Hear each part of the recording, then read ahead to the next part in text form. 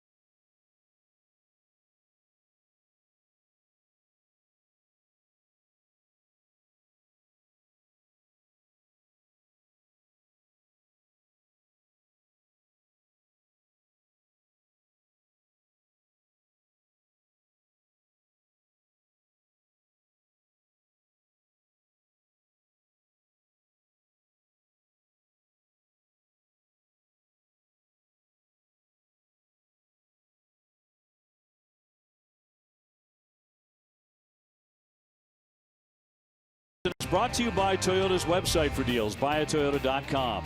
Amica Insurance, great service, great coverage, and a great price. Franklin Sports, the official batting glove of Major League Baseball. Subaru of New England, supplying all-wheel drive vehicles with a passion for fall activities. And by the great folks at Sullivan Tire and Complete Auto Service. Hot one today here in Cincinnati. Temperatures are going to push to almost 90 degrees. Red Sox and the Reds. The Reds on Shamrock Day are wearing green today as they take to the diamond. Let's give you a look at the lineup now. For the Sox, it's brought to you by Toyota's website for deals, buyatoyota.com. Xander Bogaerts will lead it off. Then it'll be Brock Holt and Andrew Benintendi. No Mookie Betts today, as TC mentioned earlier, after fouling the ball off his foot yesterday. Mitch Moreland at first. Christian Vasquez doing the catching. Devers at third. Chris Young is now in the game in right field. Jackie Bradley in center. And Rodriguez, the pitcher, bats ninth against the right-hander, a rookie by the name of Robert Stevenson. Red Sox getting nothing but rookies against them throughout this series. He's 5-5, and ERA just over 5. Take a look at the Reds defense right behind him. Suarez at third, Cozart holding down shortstop, Scooter Gennett second base, Joey Votto first base. Outfield a little bit different. Duvall in left, Irvin in center, Schebler in right. Barhart behind the plate, catching Stevenson, the young kid on the mound. Ups today brought to you by Toyota's website for deals, buyatoyota.com. There's the veteran, Joe West. He has the plate. Mark Wegner at first, Ben May at second, and Pat Hoberg makes the decisions at third base. We're available. This telecast can be heard in Spanish by selecting the SAP button on your TV remote. SAP presented by Toyota. Visit Copper2Toyota.com to see Toyota deals not seen on TV. But it could be a factor in this one. It is steamy in Cincinnati. 92 degrees at the moment, so summer is hanging in there. And the forecast is for no rain at all throughout the late afternoon here. Yeah, that 36% humidity. I feel all 36%. You and I are the two guys in the state of Ohio who are wearing jackets and ties today. That is a fact. Dressed for the occasion. The Sox have won 4 in a row. This is game number 154. Picked up a full game on the Yankees. And we'll try and gain more ground, although the Red Sox to a man are saying that they're not really paying attention to the Yankees, just to their own business. See how the Sox do without Mookie today. Frankly, not sure if he'll even play tomorrow after that nasty foul ball last night. First one to Bogarts is in there for a strike, and we are underway. Bogey led the game off last night with a nice little single up the middle. Got things going. Loaded him up. Only got one. Yep. Then the Reds came back, hit a grand slam. Then the Sox came back at a big 3-run homer from Devers. It was 5-4 early, and that's how it ended. Red Sox with another win. They continue to have an outstanding road trip. Yeah, a lot of runs on the board, but in reality, just two kind of exciting innings. You know, just the first, and then later on, I think it was the fifth, and Devers hit the homer. And Stevenson, 6'2", about 200 pounds. He's 24 years old. And he's been pitching well. Trying to leave an impression to be in their rotation next year. As you can see, he can get it up into the mid-90s. He has a curveball and a slider. Yeah, and he's right in there with the September tryouts that the Reds have got going on this month. A lot of new faces, a lot of young guys, and as expected when you're doing the rebuild. Bounding ball, and that is fair down the line. That got past Suarez down into the corner. Xander into second base. He's going to ease up, and he's got himself a double to start this one. Great way to start right there. Knocked the lead off the game last night. This one, he's got to pull his hands inside, chases it through the curveball, 86 miles per hour, stayed on it. Fair ball by just enough. Two-bagger. His 30th double. So Brock Holt originally was batting in the 7 slot, has moved up to the 2 hole after the late scratch of Mookie Betts, hitting 190, no home runs.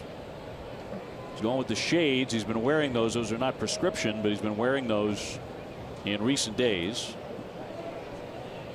And he had the kind of the lighter tint at Tampa in the indoor in the dome, glasses inside. Now it gets by the catcher Barnhart. That's a rarity. Down to third is Bogarts, 90 feet away.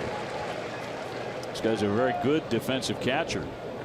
He is a good. Maybe with the runner on second, there might have been a little cross up. You see that right there. Fastball might have been looking for the slider on the inner half, and that's due to the multiple signs. Not on the same page early in the game. Looked like a pass ball.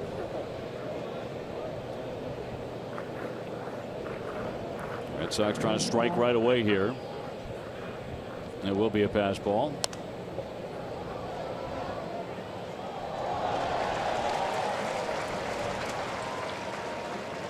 Red Sox are 14-4 against the National League. And it's been going on for a while that the American League has been beating up the National League in interleague play. Not so much in World Series, but in the regular season that has been true. Fly to left center field. We'll see if it's deep enough. Bogarts back to tag. Urban makes the catch. Here's the throw, and he kind of airmails it. So the run is in. Brock Holt picks up the RBI with the sacrifice, and the Red Sox have a 1-0 lead.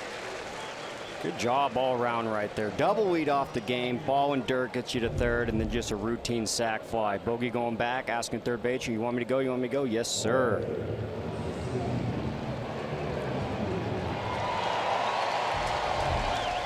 So double, pass ball, sac fly, 1-0.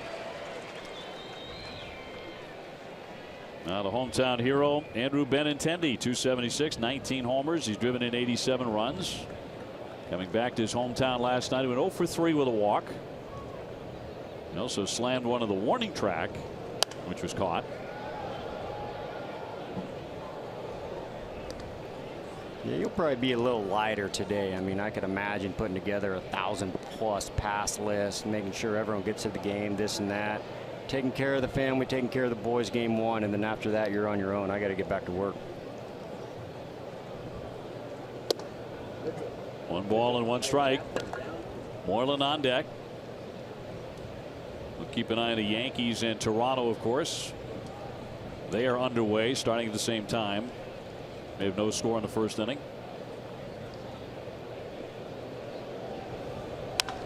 And a rattled foul by Benintendi. Got about 1,000 friends and family on his pass list. I don't know if I've ever seen a pass list of 1,000. Have you? That's a lot. That is a lot. That's a lot of names.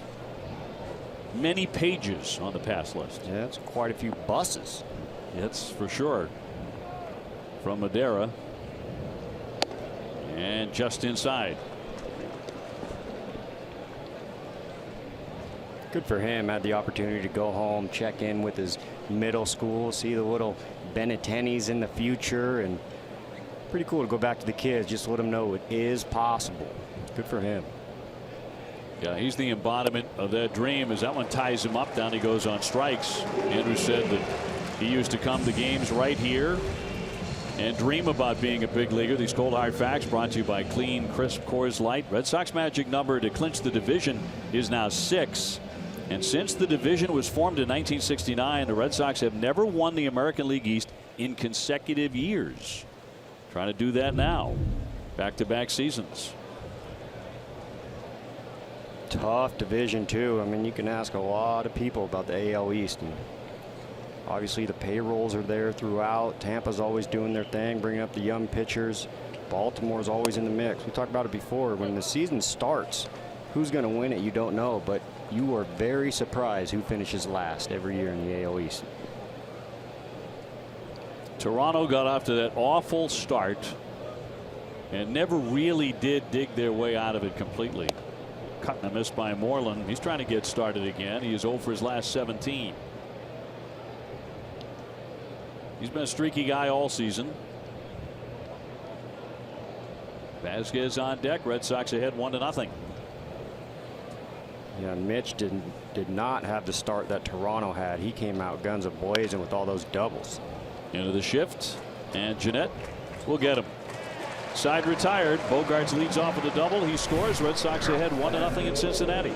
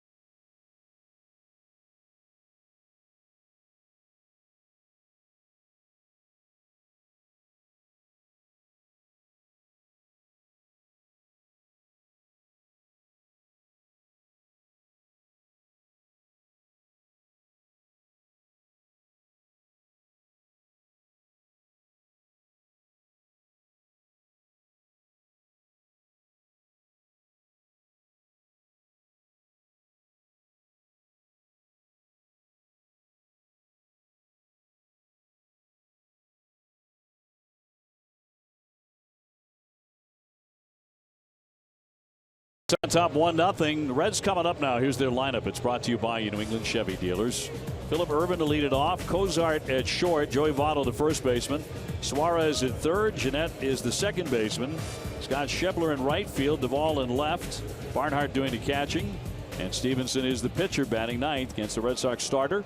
Presented by New England Audi dealers. Rodriguez his first career start against the Reds. Again, they're in green here on Shamrock Day. This would be a great opportunity for Erod, kind of just to find himself, get a bunch of swing and misses, get deep into the game. Obviously knowing the park he's pitching at, But at the end of the day, the Cincinnati Reds have not had much success against left-handed starters. It's interesting listening to Jemai's interview with Carl Willis. Jemai, by the way, another man in a suit today, questioning our sanity. 0-2, and that one hammered to right center field, but Bradley into the alley, and Young comes over and makes the play. And that was a last-second adjustment. Yeah, that was. Center field takes control. Jackie over there obviously used to Mookie playing to his left. Right here, CY going in the gaps. Smaller gaps, of course, than Fenway and most other places on the road. At the end of the day, we got an out. And not quite the same smooth communication he's used to. With Mookie Betts out with a contusion to the left foot. Mookie's day to day. Here's Kozar taking a strike. He's at 302 with 23 home runs. Good power out of their all-star shortstop. But it was interesting listening to Carl talk about Eduardo Rodriguez looking to get quicker outs. And this is something that has been a theme all season long. Get away from as many 3-2 counts. Try and maybe pitch to contact a little more frequently. Yeah, when you're talking about quick outs, it kind of sums up a lot of things. With quick outs, that's obviously going to keep you away from a high pitch count. That's obviously going to keep you away from the walks, and that's going to keep you away from the traffic on the bases to keep you in the windup where you'd be most comfortable. Where he sits right now, 3 strikes to the leadoff guy, goes 0-2 to Kozar, 2 more strikes, goes ball 1 right there. So he's on a good start. 1-2 to Kozar. And I'm not sure where that missed, but Joe West said it did. Probably should have been strike 3. Joe West says it missed. It missed. in the eyes of Joe West, it did. Votto on deck.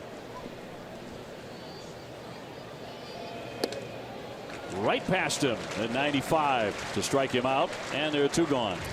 Red Sox defense brought to you by Southwest Airlines. Infield, Devers at third, Bogey at short, Brock Holt holding down second base, Mitch Morwin at first base. The outfield left to right, Benintendi, Bradley Jr., JBJ, and CY, Chris Young, and right. Erod on the mound throwing to Vasquez. And Joey Votto, 316, 35 home runs. Goes after the first one and pops it into left field, and Benintendi on the come, and he dives and he makes the play. I wonder if he was fighting the sun there. Did not appear to be any wind involved, but he does haul it in. Kind of interesting in the outfield in the first inning. 1-0 Boston.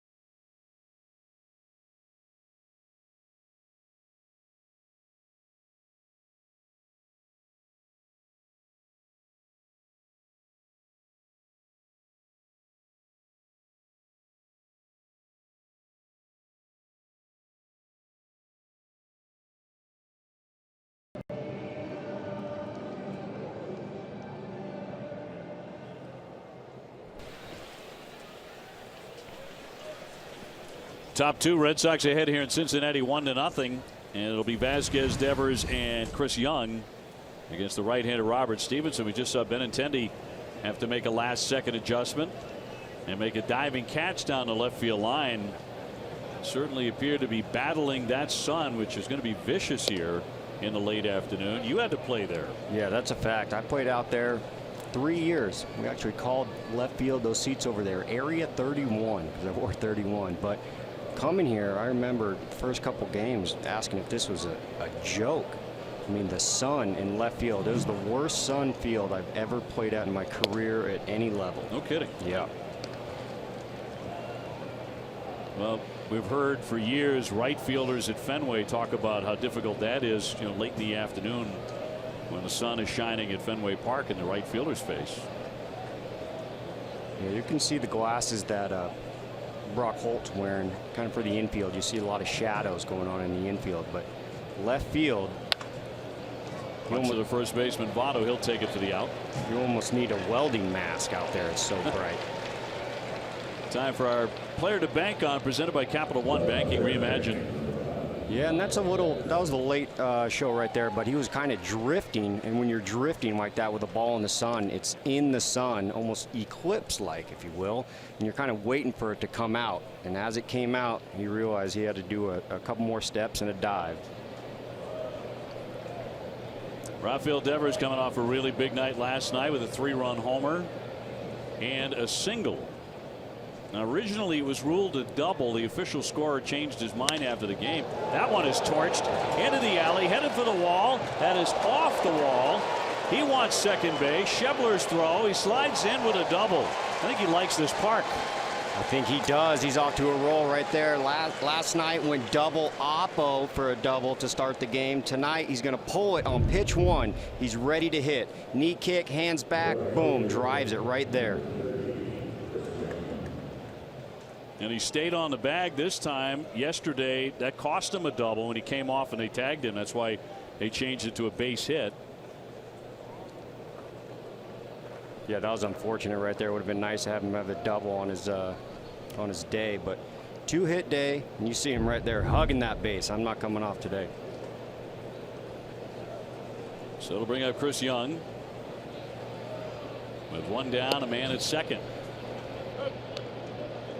Before the game, the Cincinnati Reds honored the career of former Red Sox pitcher, Reds pitcher Bronson Arroyo. Very nice ceremony here. Bronson, one of the best teammates I've had, and what I like to do with him is run his numbers. Unbelievable. Probably one of the most forgotten aces. I'll give him ace at times. I mean, reliable innings, wins. I mean, you can just pen in when that schedule came out every 5 days throughout 162. Bronson's going to toe that rubber. Part of the Red Sox World Championship in 2004. And after this game, he and his band are going to be playing here. Kicking it with Bronson, they're calling it. Fireworks as well.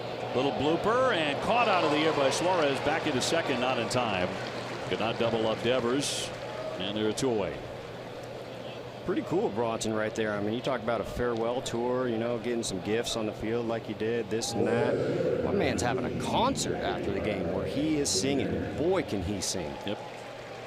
All reports are, all reviews are, he's talented. A look before the game.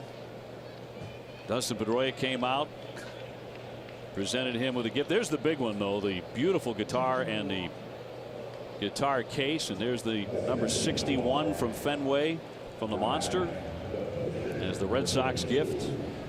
An intentional walk here of Jackie Bradley. That'll put runners at first and second so they can get to the pitcher Rodriguez.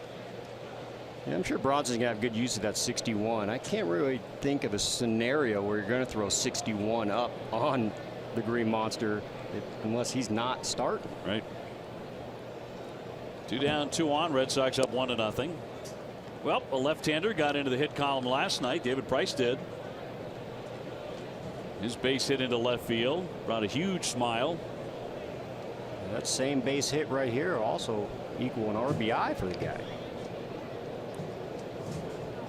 Indicating bunt, and drops it down. Fair ball. Barnhart spins, throws, and gets him. And that will retire the side. Drop down a bunt. Good looking bunt. Not sure exactly why there, but it is 1-0 Red Sox.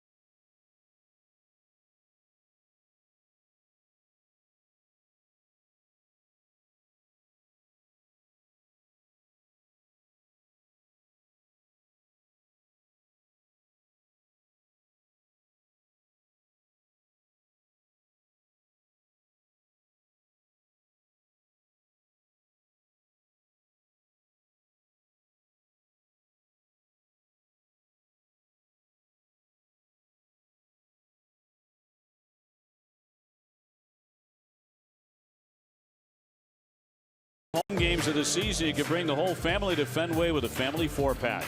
You get 4 tickets, 4 Fenway Franks, 4 fountain sodas, all courtesy of Aramark. Go to redsox.com/family 4-pack to get this great deal right now. The only thing that makes sense on the bunt by Rodriguez there was he didn't realize there were already 2 outs. Yeah, I think that's what it is, you know, with the intentional walk in front of him, maybe to set up 2 in your mind, the double play, which would make it 1 out or no outs, and I'm not going to hold it against him. Now that happens. Who comes up to him afterwards and goes, hey, just remember, look to me, I'll tell you how many outs there are? Yeah, I don't think that's a real coachable thing in the big leagues. You're going to have to know how many outs there are, but not known for his bat, and that's okay. But he's out here with the ball in his hand trying to throw up zeros. You know what? We know he can drop down a bunt. Yeah, that's a fact. Maybe he's just setting them up. Sometimes you move him in to move him back. I think he just forgot how many outs there were, Johnny. Is it that simple? I think it is. That's what I'm going with. Suarez, 265 with 26 home runs. One of the many power sources here for the Reds. And again, if you're just tuning in, the reason they're in green today, they're calling this Shamrock Day. So all the Reds in green. We'll have to keep our eyes open for a leprechaun, maybe. 1-2 up and away. How about the Dodgers? Last night they clinched the National League West finally with a record of 98 and 56. Former Red Sox Rich Hill pitching the clincher. So congrats to Rich. And to Dave Roberts. That's a team that at one point lost 16 out of 17 games and 11 in a row. And they sail away with the division. Yeah, and then we also saw Cleveland on the other side win those 22 consecutive games. And to me, the 22 obviously breaking the record, but for the Dodgers to lose 11 in a row consecutive with how good they were is almost more, I don't know, impressive or more rare in my eyes than winning 22. It was shocking. I mean, you got Clayton Kershaw, you got Rich Hill, you got the best closer, you got the young shortstop. It's all there. To go on an 11-game slide is remarkable. 3 balls, 2 strikes, and Suarez. Been a good defender, too. Hasn't committed an error since July 2nd. Sox up 1-0 in the second. Rodriguez looking for that second K and can't get it there. It's in tight, and he walked it. So Suarez is on. Tomorrow at 5:30, it's an all-new episode of the Ultimate Red Sox Show presented by AAA. We recap the road trip. Plus, we'll have the plays of the week. That's tomorrow at 5:30 right here on NESN. Scooter Gennett, 297, 27 homers, 93 runs batted in. Big year for him. Big night last night as he hit his 4th grand slam of the season. Joining Lou Gehrig is the only players in Major League history to produce in any season 4 grand slams and a 4-homer game. Now, he's done it in the same season. Gehrig did it in 2 separate seasons. Yeah, pretty remarkable. And that grand slam was the first pitch he saw of the night. He saw the elevated heater up and in. And when your swing's on, that's going to go out of the park a whole lot. Especially here. Yeah. You're talking Scooter Gennett. Last day of spring training was put on waivers from Milwaukee. So there is a couple hours there. Reds picked him up pretty quick where he didn't have a job. He was jobless, if you will. And now he has the opportunity to hit 300, have 30 homers, and possibly drive in 100 from a guy that was DFA'd by the Brewers. Yep. Some story. He's only about 5'9", maybe 180 pounds. He was born right here in Cincinnati.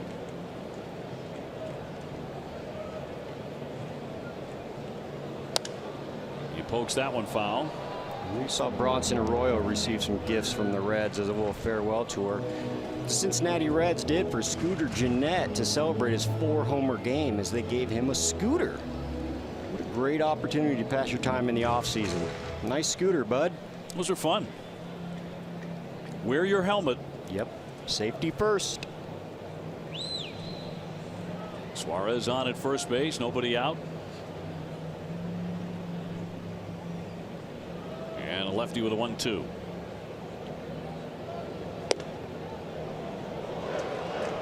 Other news in baseball, Brad Ausmus was told he will not be retained as the Tigers manager for 2018. They want to go a different way. Well, they are going a different way. They've traded away some big pieces that have a lot of Detroit history. So that is going to be a full rebuild.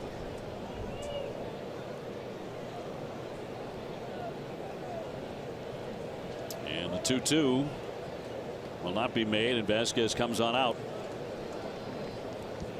The 2-2 now after a couple foul balls, had him at 1-2, and that's what we were talking about earlier, is these quick outs, especially after the 3-2 walk to lead off the inning.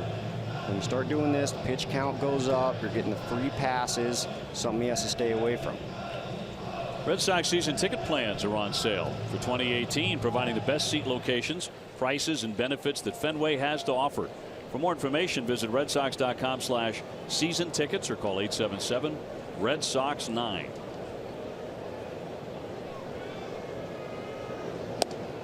And that is in there for strike 3. They made a nice pitch right on the edge to Van Gennett. Yeah, this is a good pitch. The pitch before pitch 4 was about 4 more inches off. Right there, comes back, makes a great adjustment, down and out to a lefty, lefty on lefty. Scooter could not pull the trigger. Too good of a pitch.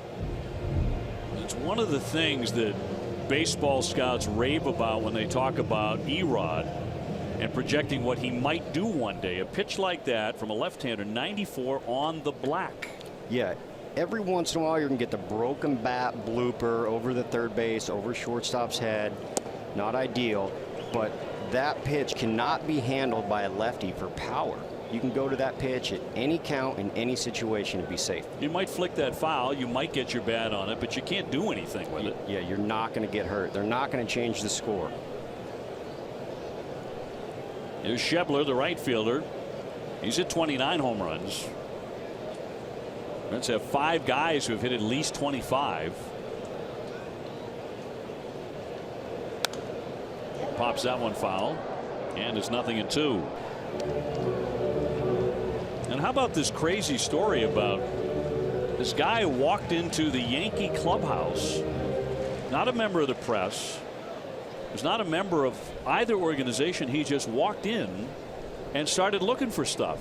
And he went to grab, I guess, one of the Bat Boys helmets, which means he's not too bright. I mean, there's a lot of other stuff in there, maybe a Judge jersey or something. Go for that, but goes for the Bat Boys helmet. And he was escorted away, but some of the Yankees were a little unnerved by that he was able to get in. Yeah, that's tough right there. There's a lot of personal valuables in there, and of course you got to go to safety concerns, and you can kind of just get lost and end up in the Yankee clubhouse. I'm sure some more people are going to try that route. 1 down and a 1-2. Chop to the right side. Moreland, he'll fire down to second, get the out there. No return throw.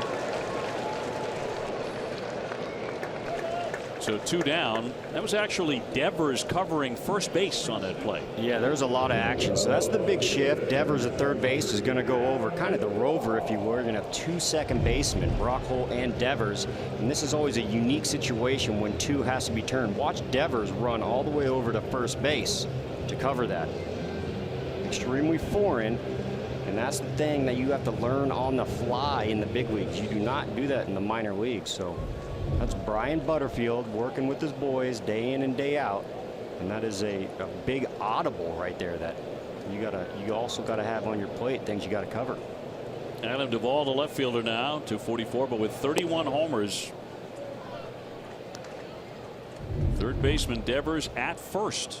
Yeah, at first, and you see him pull that foot up like, oh yeah, it's tough over here. He can step on my ankle. Get that out of the way. Get it out of the way. It was such a lot to learn for a 20-year-old. He's just scratching the surface on how to play third base, let alone all the shifts that have him over on the right side. Still trying to learn how to angle his body properly as a third baseman. Yeah, you talk about where he is right now. If he has to turn 2 in a situation, shuffle to the left, throw across your body. If you have to throw to first, shuffle to first, throw across your body. You put him over at second, you got to do the Brockholt, Dustin Pedroia drop step and throw with your body versus across your body. Whole new arm slot, whole new footwork. You really got to have all your tools. Popped him up into center. Bogart's racing out. So is Holt coming on Jackie Bradley. Holt will take it. And that retires the side. So Rodriguez walks a man. Nothing comes of that. 1-0 Red Sox.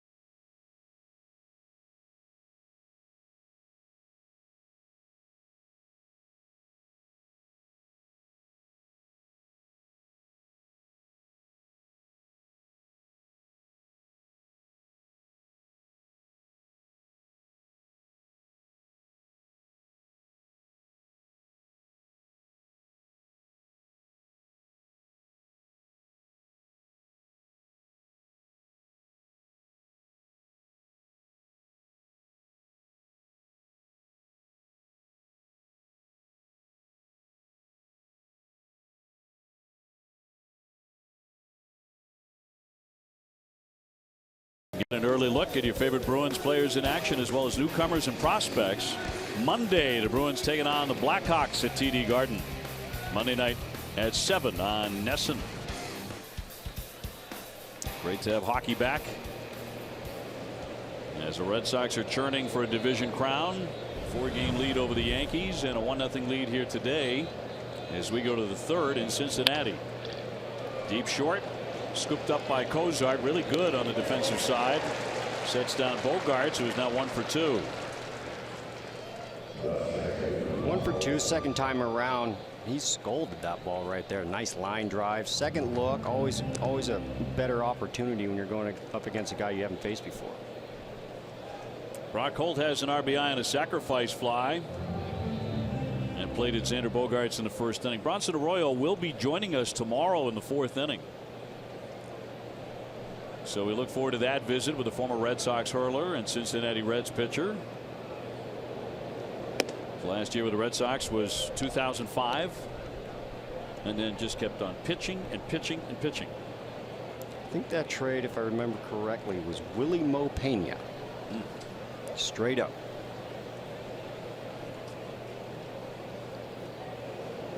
One 0 and a take, and it's 2-0 on Brock.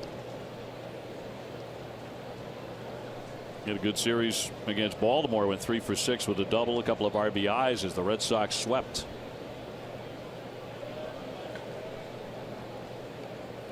And have continued to win here in Cincinnati. Fly ball to left.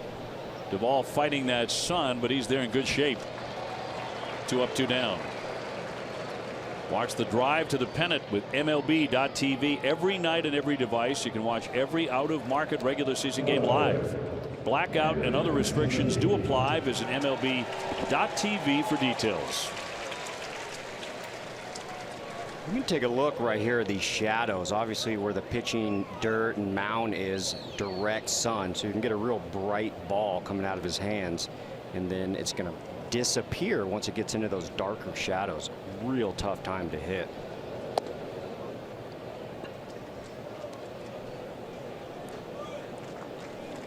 Probably take about 2 more innings for the shadow that's on the right side to cover the whole rubber, and then you'll get back into action. But right now, man, it's tough. And a 10, he struck out first time up.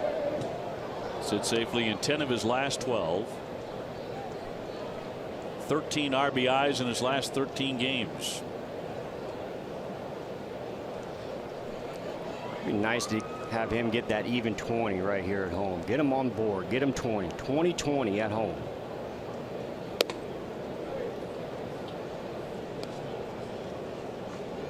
It'd be nice for all the 1,500 people he brought. Give him a homer. He's got 19 home runs, 19 stolen bases at the moment. And the 2-1 from Stevenson.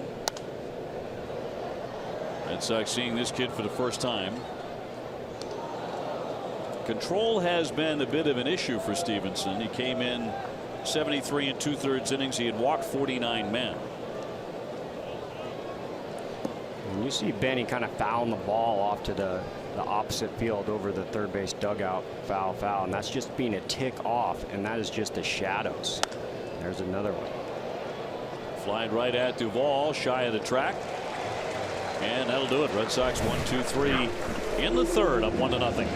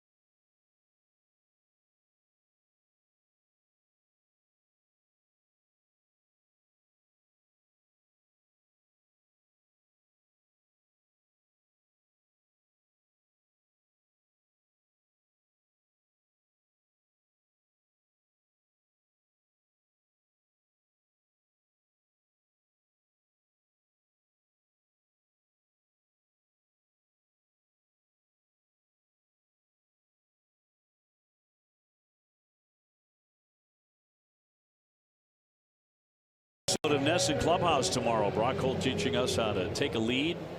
You also learn about Andrew Benintendi's hometown. You don't want to miss the Flow Bros. That's tomorrow morning, 11:30 in Nesson Clubhouse, presented by Delta Dental of Massachusetts. I like that. The Flow Bros. I don't think I'd be invited. I don't have much flow, but they can put a guy in with a beard. Why not? Though you guys did a whole lot of that in 13. Those beards were everywhere. This is not the beardiest team by a long shot in the big leagues. There's a lot of hair, though. There's Brock a lot Holt, of hair. certainly. Brock Holt, Benny, Flo, Bros, homers, leads. Be some good action tomorrow. Tucker Barnhart, 272, 6 homers. He'll be followed by the pitcher and then the leadoff man. So a chance for Rodriguez to make it a fast inning.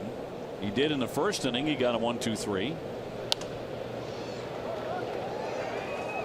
Red Sox here again tomorrow afternoon. Earlier start at 1 o'clock. It'll be Doug Fister against Jackson Stevens, a young right-hander. And that will be it for the regular season road. Sox are coming home for the final week. Floater and righted Young. 1 down. Let's get down to Jemai. Well, Dave, Andrew Benintendi may be the most popular man in Ohio this weekend. Of course, this is homecoming. He told me how much he loves Cincinnati and was excited to play in front of the folks that he grew up in front of and wanted to have success this weekend and not let them down. He had about 1,000 people here in game 1. It was all spearheaded by his uncles, Bob and Brian, who bought the tickets and got the folks from his town in Madera, about 13 miles from the ballpark here. And they wanted to see his first professional game in Cincinnati, and they didn't disappoint. They'll be here all weekend. They bought the tickets, huh? Yes, his uncle Brian says he bought about 750, and then Bob, he says he's bought about 100 more of those, and then other folks kind of filled in so they can have them out there in left field and support him here today in his homecoming back to Cincinnati. That's a great gesture. We heard him loud and clear. He came up to bat last night. Hearing him again today. Foul tipped into the mitt by the pitcher Stevenson. I like the way he's handling it, though. He's saying all the right things. He's saying, look, I'm here to play a game just like I'd play any other game. I'm focused on that. My at-bats, playing the outfield, winning, swinging a miss, and Stevenson goes down on strikes. Yeah, that's Benny. And of course, you want to come out here and showcase your talents for the crowd. I'm sure they're watching Nesson like they should be to watch him every night. But it's good to see him in person. You know, maybe go to dinner, go to breakfast. This is a good pitch right here, and this is what you got to do when you go pitcher on pitcher. Obviously not a threat. 1, 2, 3. Good morning, good afternoon, good night. On to the next hitter. It's going to keep that pitch count down, get you 2 outs. Leadoff guy coming up, get him, be in good shape. Amica Insurance, great service, great coverage, and a great price for auto, home, or life insurance. A little tapper to his left, Devers. That's a fast inning for the left-hander. Gets him in order.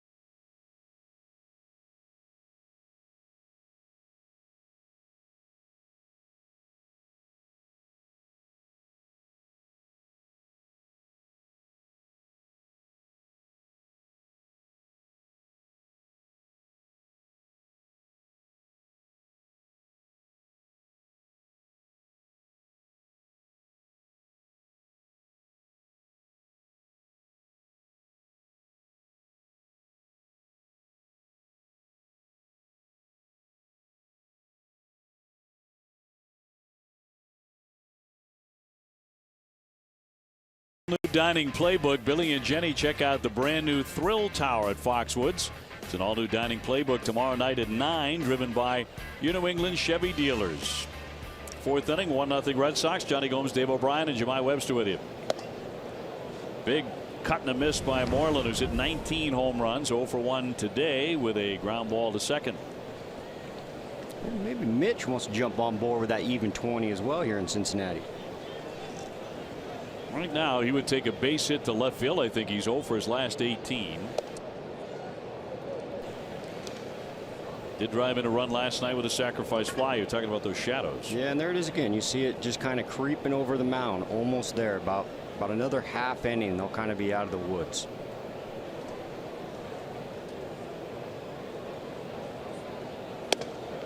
In for a strike. I'll tell you what, they have a very good crowd on hand here today. They're going to draw more today than they did last night. There's no doubt the Red Sox are factoring in this. There's the Benintendi factor. But I think a lot of these fans are here to see Bronson Arroyo sing afterwards. I'm going. I'm going to be front row and center. I know the guy. I should be able to get good seats. Rocketed foul. You should. Boy, a fan down there, down that right field line, took the brunt of that line drive. We're not going to show that to you, but an older fan went for the catch and didn't get it.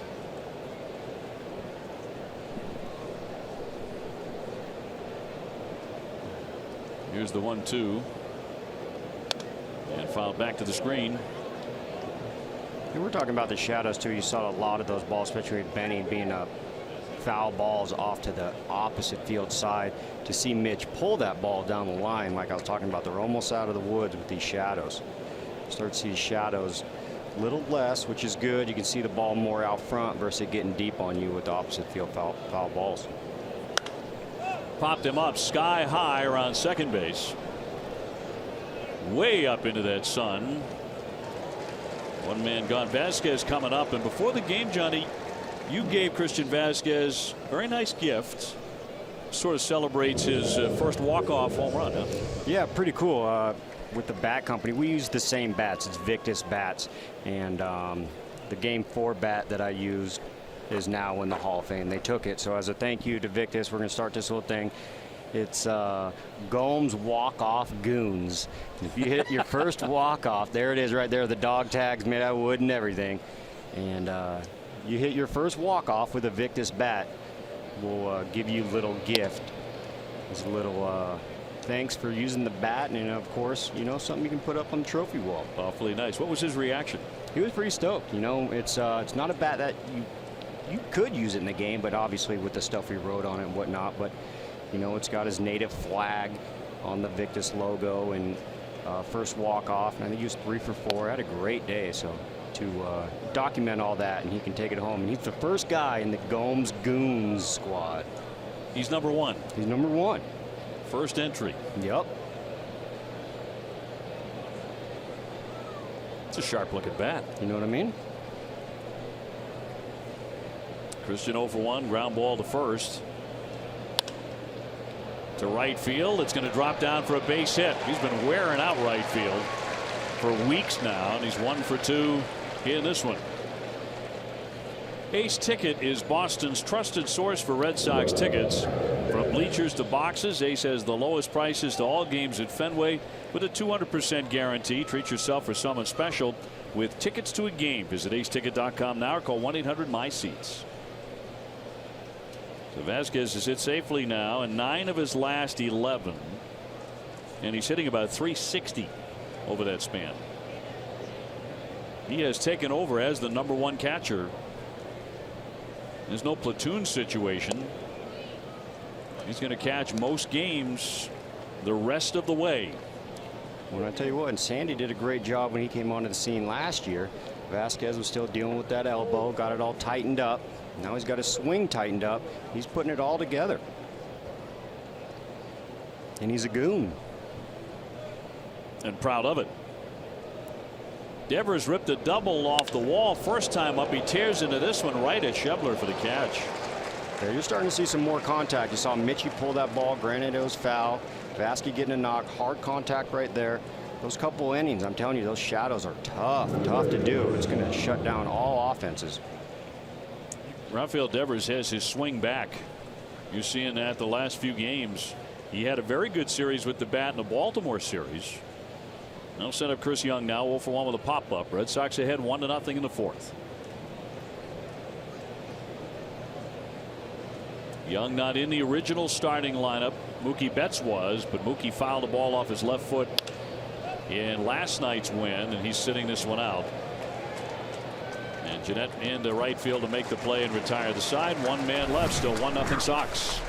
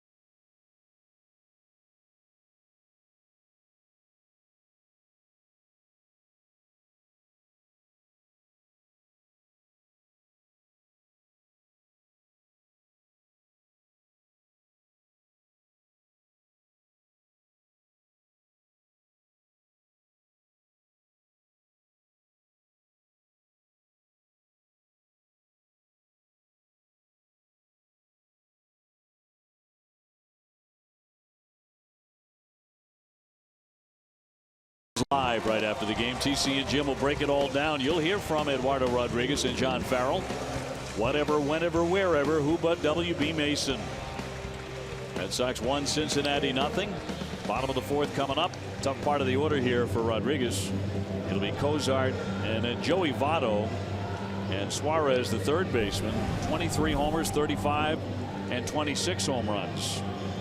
So you really have to tiptoe very gently here. 302 for Cozart with the 23. The All-Star game starting shortstop for the National League.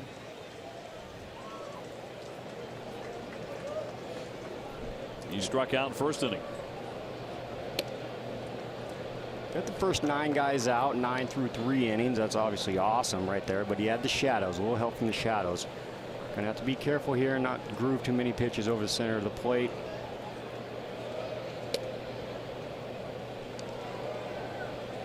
Playing here every day, you get homer happy, don't you? You sure do. You sure do. I imagine that can wreak havoc with your daily approach. Yeah, every ballpark kind of has their twerks. I mean, you obviously want to talk about the Green Monster. You know, got to elevate it. You know, is it going to play? Hit it off the wall on the opposite side if you're left-handed, right-handed.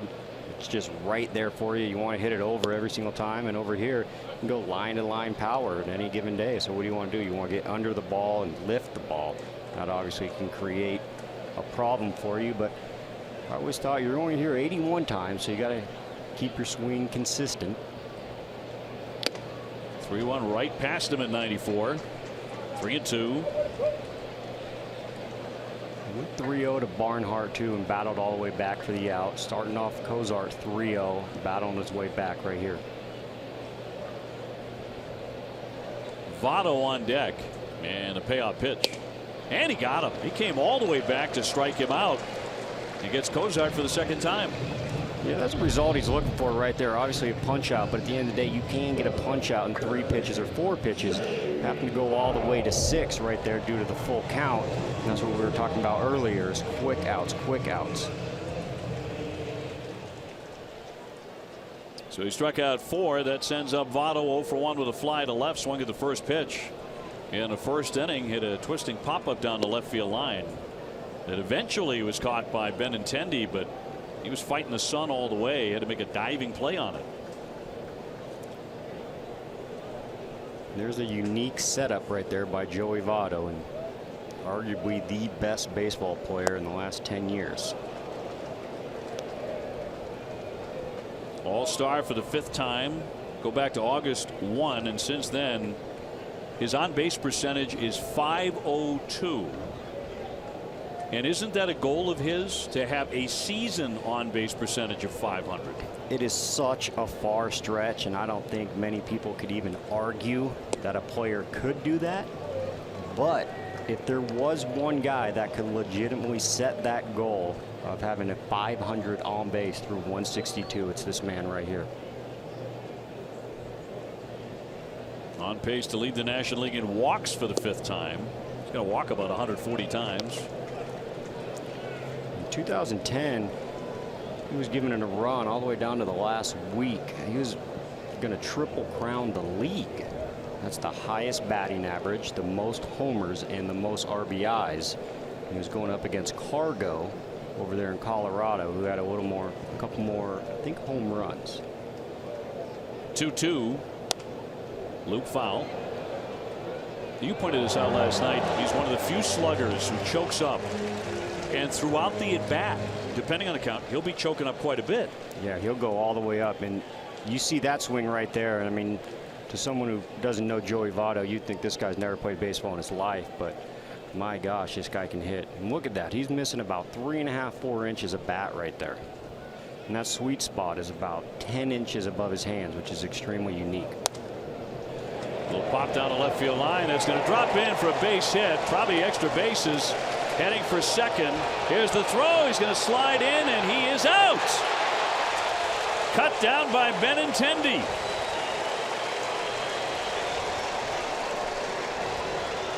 And it takes him right off the bases. 2 down. 2 down right there. This is a great throw. Watch him get around that ball. One crow hop right in there on the hop. Big tag right there from Devers, again with the unique shift. Devers getting him out at second base from the third baseman. Great throw for the home crowd.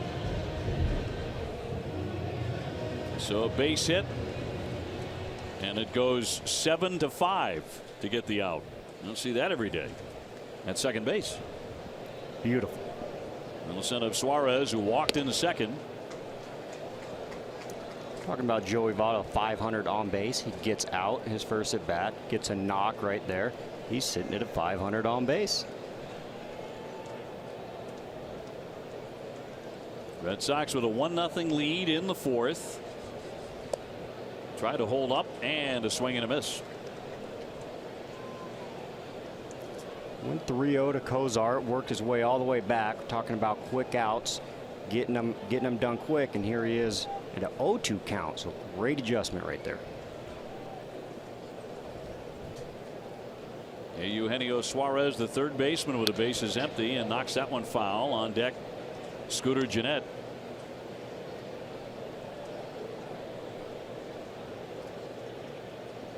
Last 3 outings for Rodriguez, his ERA is 2.55. Even though he lost the last one at Tampa Bay, here's the 0-2.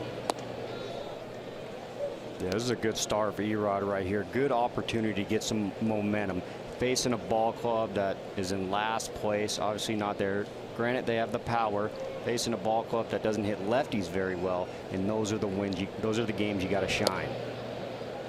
Ooh, look at Vasquez starting off with a dugout, and I think he was right. It was a strike, but Joe West does not like that. I would like to know where Joe West thought this missed. He thought it missed down or thought it missed out. Our pitch track showed that as a strike. That one missing on a changeup. Count goes to 3-2. Take another look. Yeah, I think everyone thought that was a strike. I thought it was a strike. Erod thought it was a strike. Vasquez thought it was a strike, and Joe West, no strike. Payoff pitch. Well, Joe has his style, and as an umpire, that's the kind of thing he does not like at all. if a catcher pops up and starts for the dugout before he's made the call. Yeah, but at the end of the day, it's not Vasquez showing anyone up. I mean, I thought it was a strike from up here. I would have popped up too. But yeah, Joe West, he's the salty vet, if you will. He's been around longer than almost the dirt. 3-2 the count. I think he had his day when he was a little saltier than now. I think he's mellowed out some. Tell you what, he's probably can go to Bronson's concert after too. He can get down with his country music. Sure. Cowboy Joe. Cowboy Joe. You're doing a heck of a job back there, Joe. You're nailing it today, bud. Well, he's missed a couple, but good point. Here's the 3-2. That tied him up. Down he goes. Strike 3 at last. So 2 Ks in the inning for Rodriguez. 1-0 Boston.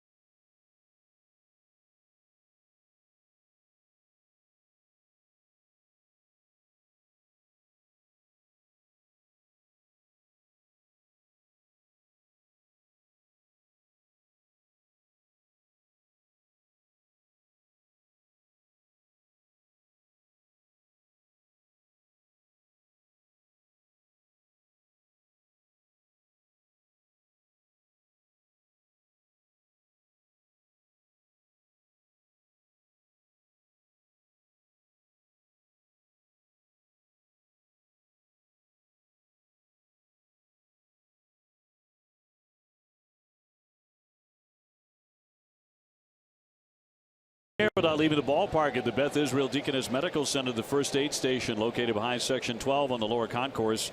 Visit bidmc.org. Top 5. Sox in front 1-0 in Cincinnati. Jackie Bradley hitting out of the 8-hole to lead things off, and then Rodriguez and Bogarts. Jackie took ball 4 in the second.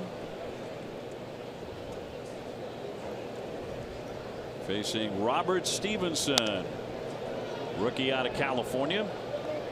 He's coming off a win last Sunday against the Pirates. He beat them 5-2, 6 innings, 1 hit. So he can be tough.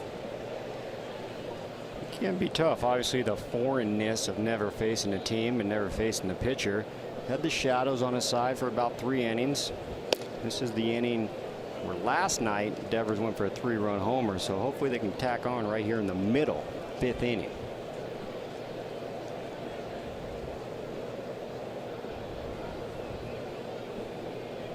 And a 1-2 to Jackie.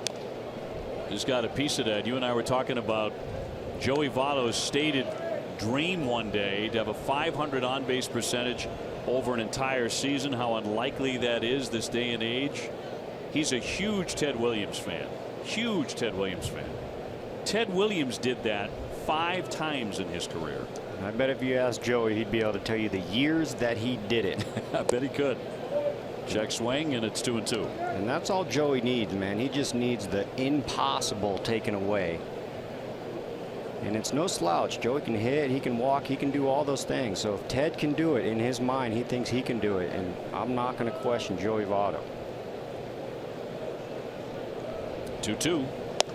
Wave and a miss on the off-speed pitch. Good changeup to get him. And 1 out for the Sox.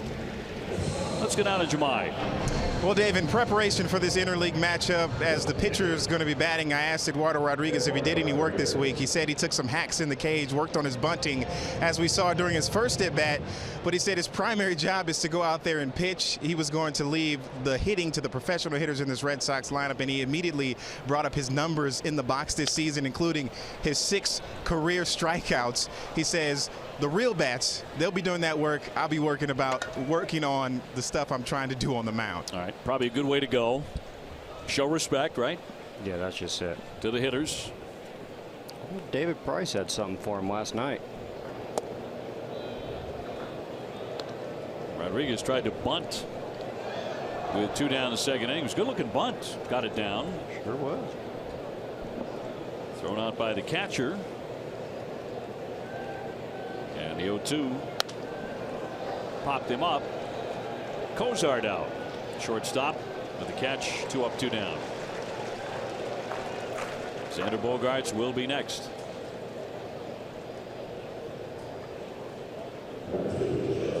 Back to the top of the lineup here for Bogey. Nice little pitching duel. Very, very uncommon in this ballpark. Both these guys doing some good work. The Sox trying to win 5 in a row. Well, what has been an excellent road trip so far. The earliest the Red Sox can clinch the American League East is at home on Monday night. But while the Yankees have gone 7-3 in their last 10, the Red Sox have gone 8-2. Yep. Doing work, staying on top. Chasing no one, controlling your own destiny. I think it's pretty cool for the Red Sox and the Red Sox fans. Hard hit, scooped up by Suarez. A spinning play to get him. May have taken away a double there. Red Sox go in order. Time now to turn it over to Mark and Adam for the Mid-Fifth Studio Show.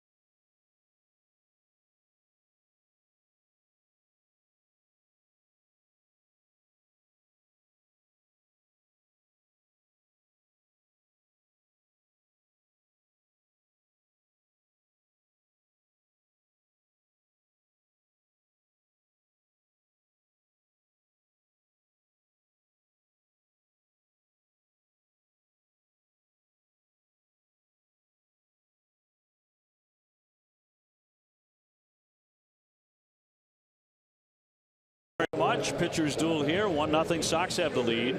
Here's Eduardo's pitching line, brought to you by Ace Ticket. 60 pitches, 5 Ks, and only 1 hit. Does have that token walk in there, but 1 walk through 4. That's okay. That's improvement right there. 5 Ks right there. That's nice. But 1 hit, obviously nice, and most important, no runs.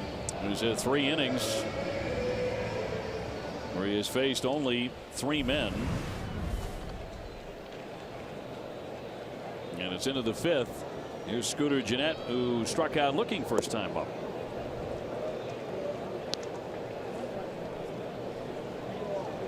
Yeah, this would be good. Nice little momentum carrier over. He's probably going to have 1 more start.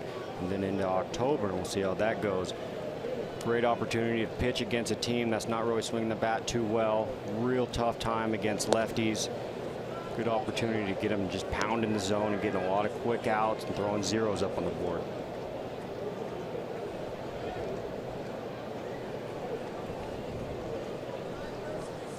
Jeanette, a second baseman with serious power, in there for a strike.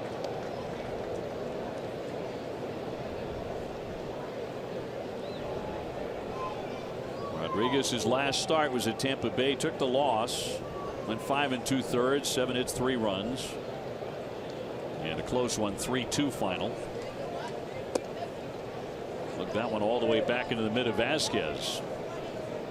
2-2. Another good pitch right there. Could have gone both ways. You can put him away right here without going to 3-2.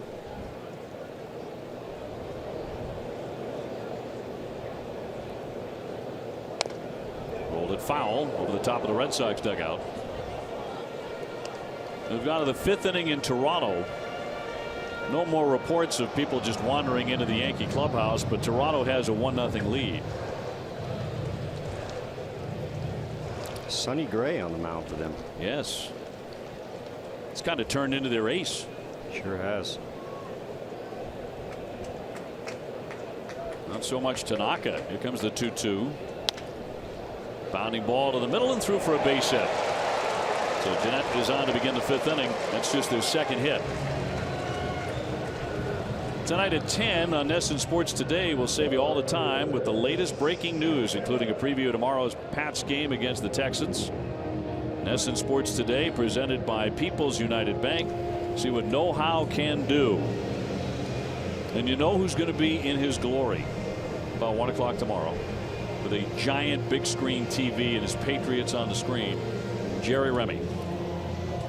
Well, I remember him talking about after the Patriots lost, and he said he was going to give them one more game. And if they lost, that thing was going through the window. Yeah. Big win for the TV and the Pats. It's a big save. Thanks to Tom Brady. Here's Schebler. He's 0 for 1. A fielder's choice got him. Into right, but Young has it measured. He's there for the catch. 1 away in the 5th. There's that quick out right there. Good stuff. And it's a fair point, too, and he talked about it leading up to this start. Carl Willis talked about it with Jemai. This is the way the Red Sox see him going as a pitcher. Deeper innings, deeper outings. Obviously, that would be ideal to get beyond 5 innings, get beyond 6 innings on occasion. He's only really done that a handful of times in his career, but he has the stuff, the ability, the talent to do it fairly consistently. Yeah, exactly. And there's that old saying, they call it 5 and dive. 5 meaning the innings and dive meaning coming out of the game. And to be a 5 and dive guy is not that wanted at all. I mean, that puts a lot of pressure on your bullpen. And then going just 3 more outs into the 6th inning, less than three runs or less, you get the quality start. So just that extra 3 outs is so important. And it's huge for him and his rate of success at the big league level. We've given this number before. Ground ball. Moreland will handle that down the short one. Back to first. Double play. Sox turn 2. You know, and he goes 6 innings. He's 17-3 in his career. At the end of 5, 1-0 Red Sox.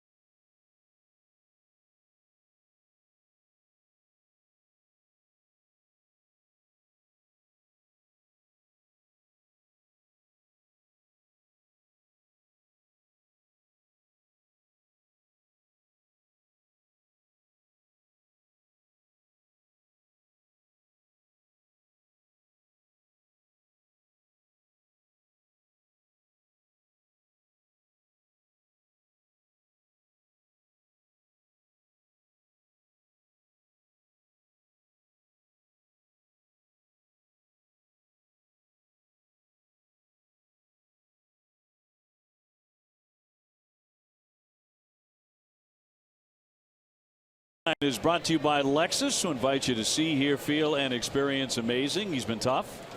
3 hits over 5. 1 walk, which is a real positive for him in Cincinnati because he scuffled with that category. Coming into this one, Brock Holt will lead things off.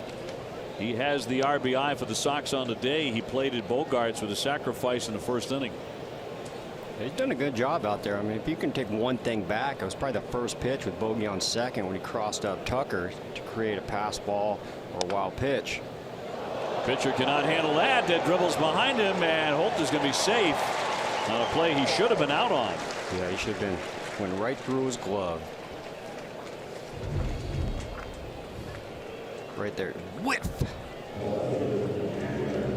Probably the sound he heard in his head, right? That was it. I got it. I got it. I got it. Whiff. It's an E1.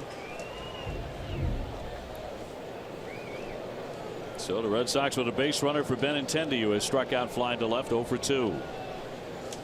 So Benny's got a diving catch in left field, threw a runner out to second base for the assist. All we need now is that big homer for the people. Showcase all his tools. Benintendi leading all major league rookies with 151 hits. And he's #1 in stolen bases. Pretty good rookie class. Yes. A lot of them in the AL East too.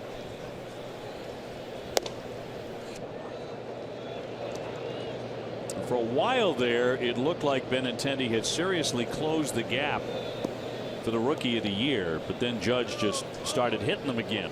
Yeah, Judge is turning into a historic season. He's probably going to be in the top 5 of the MVP voting too. Oh yeah, for sure. Flirted with a bunt. He pulled it away. That did draw in Suarez a few strides at third base. Judge, by the way, with 46 home runs.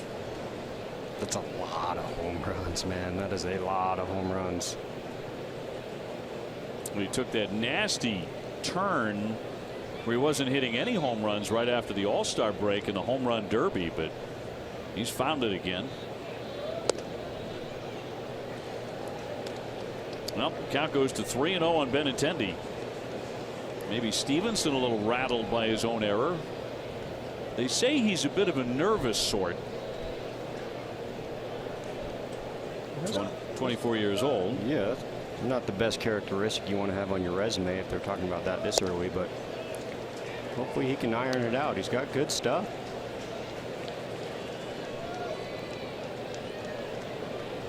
Benintendi has not played many interleague games, but he does have 4 home runs against the National League. He's hitting .310. It's a great count to do it right here. And ball 4. So the first 2 Red Sox are on here in the 6th inning. Time for a game break. Brought to you by Jordan's, the furniture store of the Red Sox. Here's TC.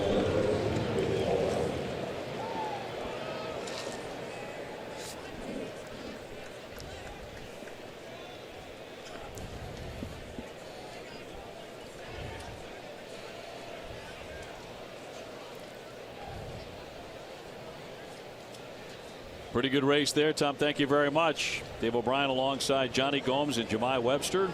We're the 3 guys today in 92-degree heat wearing suits. 36% humidity. Moreland has grounded out and popped up. There's a high deep drive, center field. Irvin back, track and wall. It's gone. We had the feeling he might launch one today, and he launched it. I tell you what, when you take a load off Mitch and put him in a situation where he has to get the runner over, that would mean a runner on second base less than 1 out to where you can get him over. And he has the opportunity to get the head out, step in the bucket, and pull the ball. You've seen him do that quite a few times when he's trying to sacrifice himself for the ball club and ends up hitting the ball out. Number 20. As he smashes it to center field, that snaps an 0 for 19. That has to feel awfully sweet. Gosh, that's a great feeling. You just look to yourself and you say, you're saying there is a chance.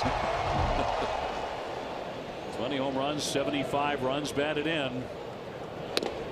And the Red Sox lead it 4-0 on the 3-run shot by Mitch Moreland. For every Red Sox home run this season, Speedway donates $500 to Boston Children's Hospital. Stop by your local Speedway, pick up any size fountain soda or Speedy Freeze for just 69 cents.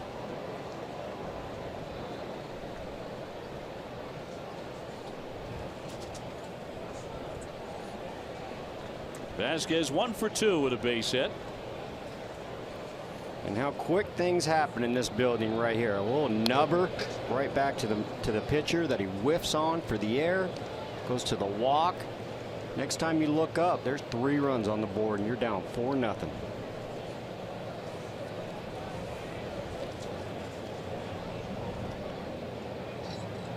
You know that score is now up at Rogers Center and the Yankees are staring at it. Red Sox 4, Cincinnati nothing. That skips off the hill. Another base hit for Vasquez as the beat goes on. As he continues to flirt around that 300 mark, and he's 2 for 3 today. 2 for 3. Another multi-hit game. First one to right field. This one to center. I'm going to be begging for one to left field so he can get all 3 covered. And that puts him at 299 for a catcher. 299 batting average. Come on, baby. Let's see that 300. That's a great swing going right up the middle. First 2 pitches missed by a lot. Stays behind it. Goes right up the middle. Not trying to do too much. Just sneak it in the hole. And look who's up. The left-hander Luke Farrell. John Farrell's son. And Brian Price, the manager of the Reds, talked about it before the series. He said, we're going to try and get him in. Going to try and get him into a game to face his father's team. And he is warming up as we speak.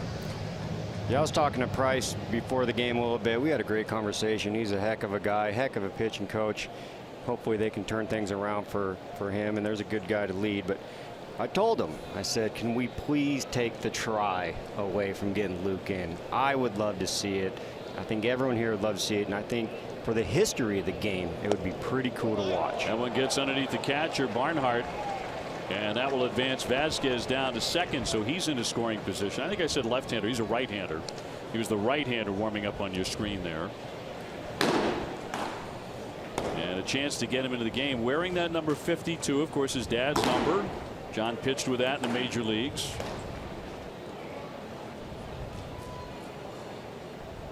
Cincinnati picked him up when he was released by the Los Angeles Dodgers. Devers has doubled and hit a wicked line drive that was caught by Schebler. Red Sox ahead 4-0. And then another pass ball right there. I mean, kind of unique when there wasn't a runner on second, so it's kind of just spiking some, losing it on occasions. And ruled out a wild pitch. Yeah, it really shows the youth.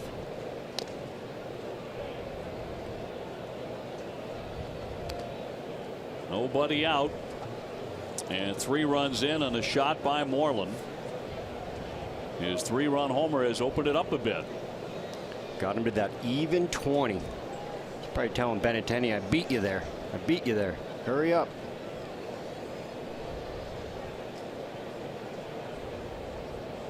Stevenson with a 1-2 pitch, and he spoiled that. Devers has caught fire here on this road trip. He was 4 for 9 in the Baltimore series, went 2 for 4 last night, and has a double so far today. In this scenario right here, runner on second, less than 1 out. So you want to get him over to third, which means you want to hit the ball on the pull side, make some hard contact, give you a chance for an RBI too. Runner goes as the throw down to third. It's not going to be close. He's going to be tagged out. So Vasquez out at third on a chuck by Barnhart.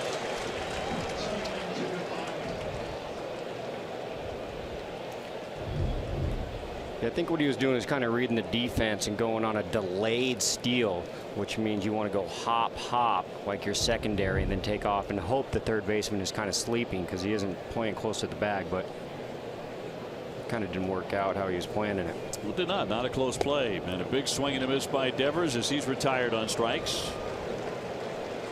So that'll be 2 down in front of Chris Young. Red Sox will wrap up this series in a road trip tomorrow afternoon. Doug Fister's on the hill at 1:10. And the Sox are back home on Monday against those Toronto Blue Jays. Sox have really had their way against the Jays.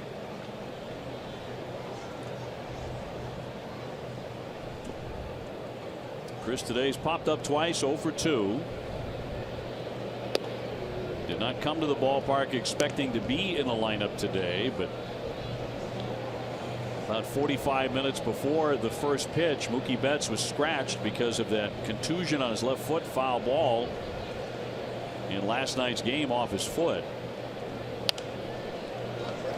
Well, this popped up foul back out of play on a 94-mile-an-hour four-seamer. I think the one thing that isn't really too concerning is he was able to finish the game and, you know, told the staff that he could probably be in there tomorrow.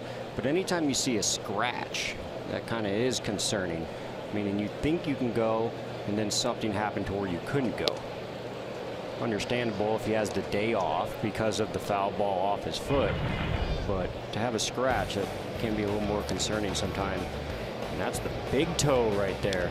Miss the pad, miss everything, and boy, those hurt. How long does it take where, you know, the bruise goes away and it feels normal again? Yeah, I wouldn't be surprised if he has a little toe pad coming out there. They do have those, you know, Pedroia wears one actually. But yeah, when you're talking about your feet, you're always on your feet. Don't have much time to rest. Red Sox up 4-0 here in the 6th inning. And 1-2. Down it goes for strike 3, but the Red Sox get the big blast from Moreland. This is that big blast trying to get the runners over, being a pro, and he decides he's going to change the score, go to dead center all the way for a 3-run blast for Mitchie Boy. 2 bags, he's got 4 on that swing.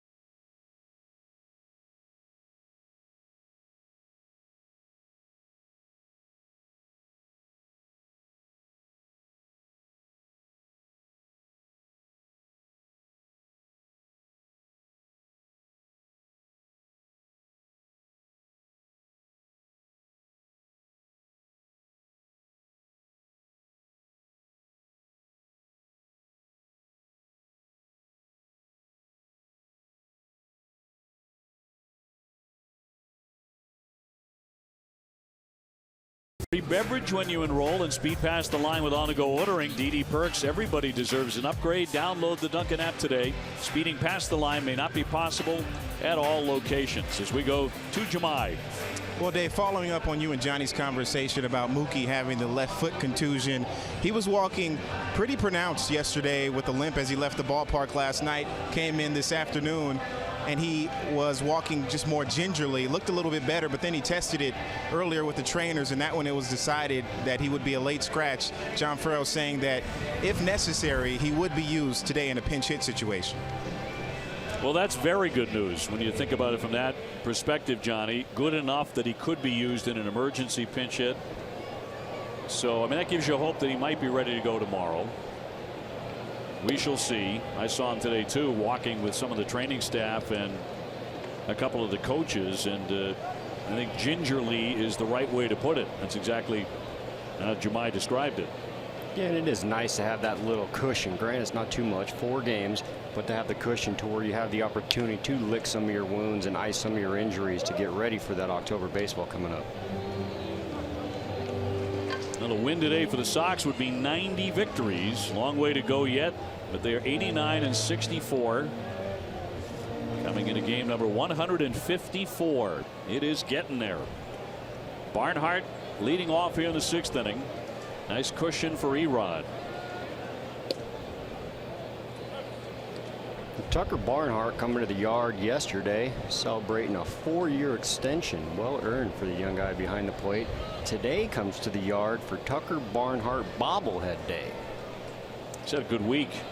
It was a heck of a week. Deal reportedly for about $23 million. Makes his home in Indiana. I was going to say $23 million. That goes a long way in Indiana, but that goes a long way everywhere. Everywhere. Yeah, you can watch me do some cool stuff for $23 million. I'll tell you that. I'll bet. You'll want to be my friend. That's for a fact. That is no lie. Yep. His 6 home runs, hitting .272 coming in. CVS Health investing $50 million over 5 years to extend their commitment to helping people lead tobacco-free lives and move us one step closer toward a tobacco-free generation. Learn more at cvshealth.com/be-the-first. Trying to put him away.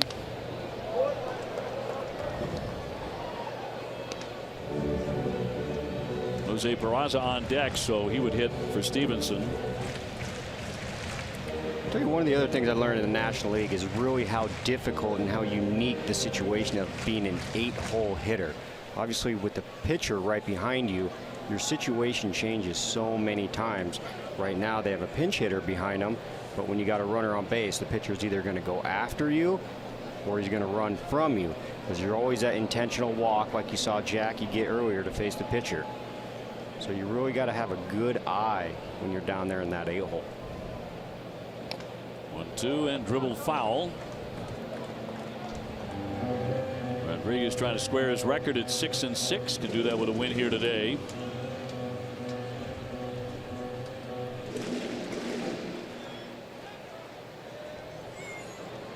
The Red Sox have really knocked around the Reds, haven't they? Regular season games, they're now 10-1 against Cincinnati. All time. Jammed him. That's going to be a fair ball. Devers tiptoeing, threw off the bag, and he took Moreland with him. And can't get him. Barnhart safely on at first base. We'll see how they rule on this one. And Peraza will come up to hit. Okay, you'll see tough play right here. One, he's got to go to his right, and he's got to come get the ball. He's got the bag right there, which is going to be unique footwork. And then with the throw, it takes Mitch off the bag. But in that situation, what I'd like to see him is gather his feet one more step. Obviously, knowing the runner, Tucker being the catcher, not fleet of foot. Well, the Red Sox want this reviewed. So they're going to send it to New York. This play is being challenged. Now, they ruled it a base hit. Question is, I guess in a Red Sox mind, did Moreland have contact with the base long enough? Ooh. It's an interesting point. That sure is right there. They might be onto something. Not only the guy hit a 3-run homer, but he can do the splits. Just about. Toe drag.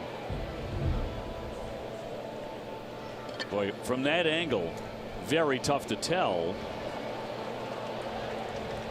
Can't really tell if that toe is on the bag or over it and coming off.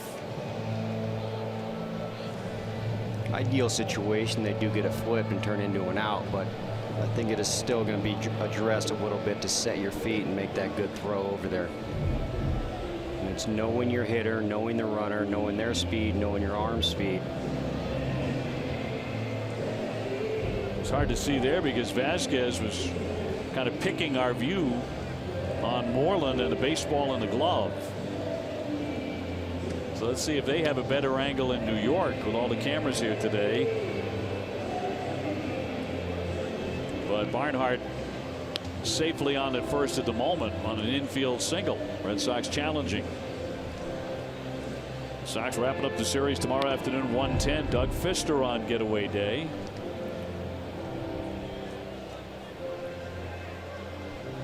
Yeah, hard to tell. I don't think anyone's going to be upset either way. Tucker might be a little bit upset, but he did just get an extension. He does have a bobblehead, so I think he's living all right. Sure. They may not have enough evidence to overturn the call in the end. They do have. Looks like Joe West is on to something. Answer. And he's safe. So it's a base hit for Barnhart. His nice week continues. And Peraza will step in as the pinch hitter for Stevenson. So the starter went 6 innings. And he ran into Mitch Moreland in the 6th inning. He was pitching very well until that point, but he gave up the 3-run homer. Yeah, how quick it happens. Gets a cue shot from Brock Holt that he whiffs on, gets a walk. Goes for a 3-run homer. Peraza stepping into the plate, meaning we're going to see a new pitcher. I wonder if we're going to see old Luke come out of there. Luke Farrell had been warming up. We'll see if he enters the fray here today against his dad. Right now they've got the lefty Garrett going. Phillip Ervin on deck. Sox ahead 4-0.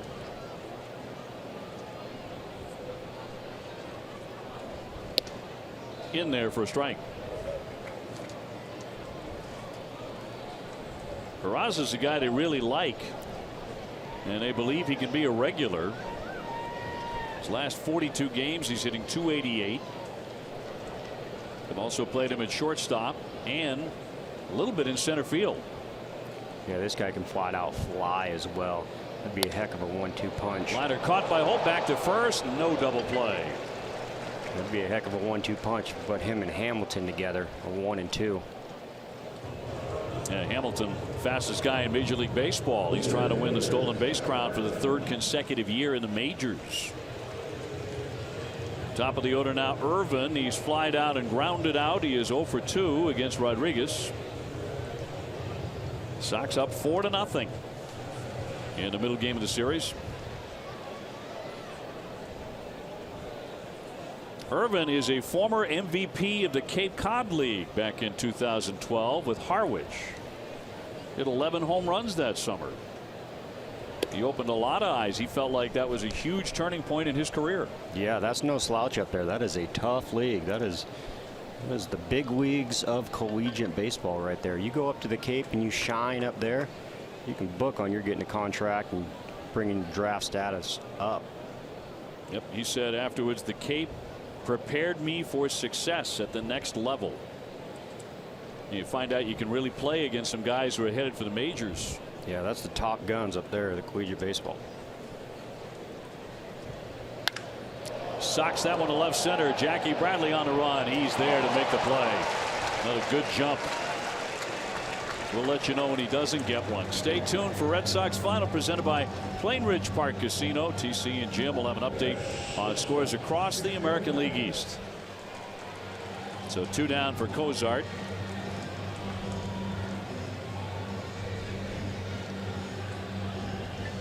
So the Sun field is left field. That box of Sun belongs to Benintendi. Yes, it does. Talk about hot. It's hot out there too, boy, and that shadow hasn't reached him yet, and it's just Sun's beating on you the whole game. Jackie has a little bit if he breaks to his right, but mainly it's the left fielder. Yeah, it's tough out there. You got to have those dark glasses, hat down. Sometimes you put the glove up, guard the sun.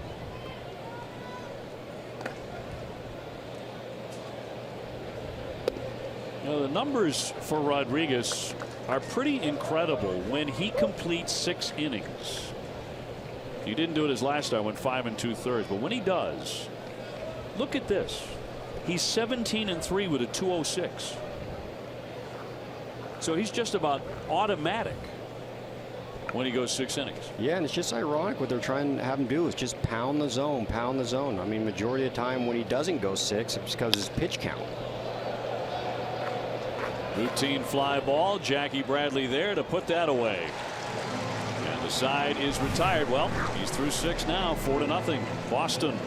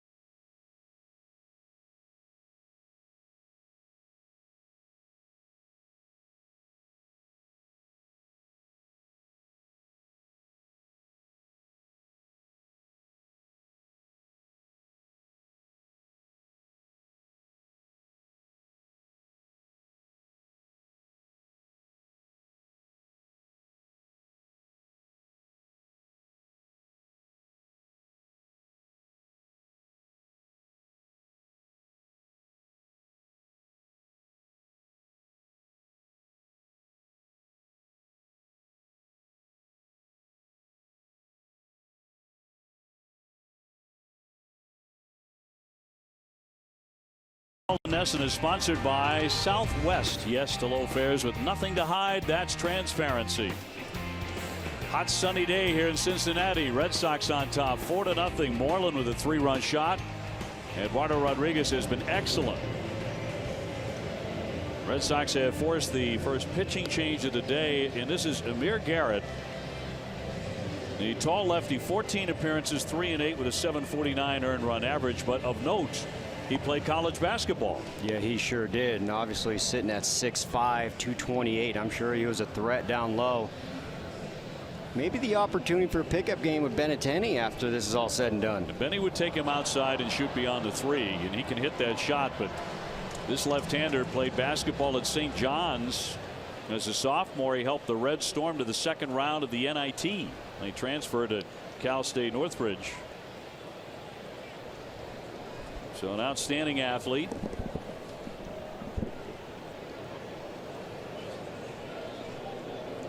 Jackie Bradley has walked and struck out. Jumai, is that your alma mater?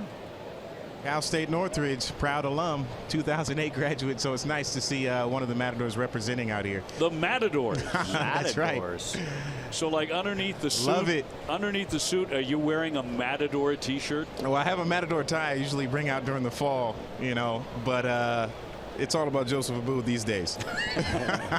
Well done. Cha-ching. Well done. That's that Matador education at work. A hack and a miss by JBJ. 17 home runs for Jackie.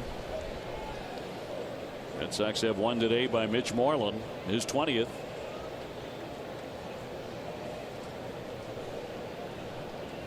So into the 7th inning. Not a lot of hits today. Sox have 5. The Reds have been held to 3 by the man in the on-deck circle, Eduardo Rodriguez. Garrett obviously having a presence out there at 6'5". Little side sling right there.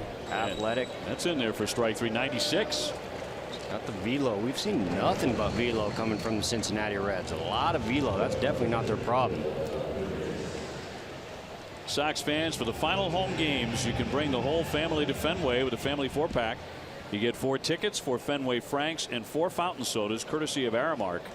Go to redsox.com/family 4-packs to get this great deal right now. Bases empty, one away for Erod. Puts it in play, swinging bunt. The left-hander will lob to get him. 2 up and 2 down.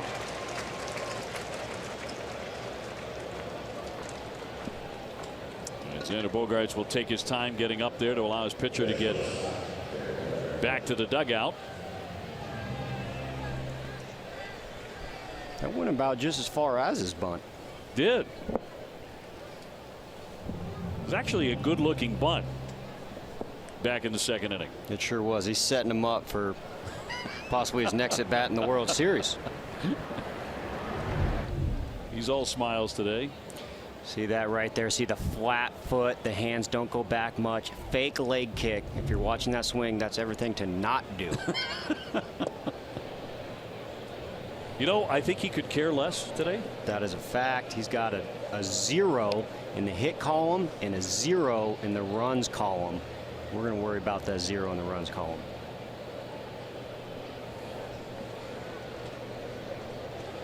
Xander with a double today. He's 1 for 3. He doubled and scored in the 1st inning. Brock Holt driving him in with a sacrifice fly. Sox did not score again until the 6th inning on a 3-run blast by Moreland. Yeah, he went Mitchie 4 bags.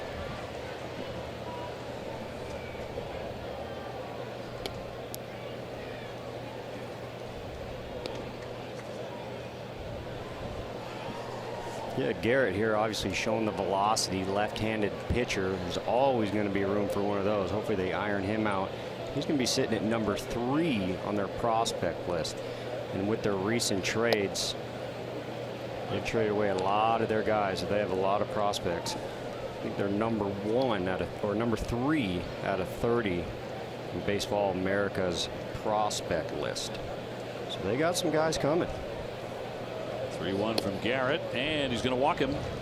So Xander's on for the 2nd time. A 2-out walk will bring up Brock Holt. Tomorrow at noon, don't miss Red Sox First Pitch, presented by Joseph Abboud, available at Men's Warehouse. TC and Jim will break it all down, and they'll take a look at the Red Sox tough postseason roster decisions.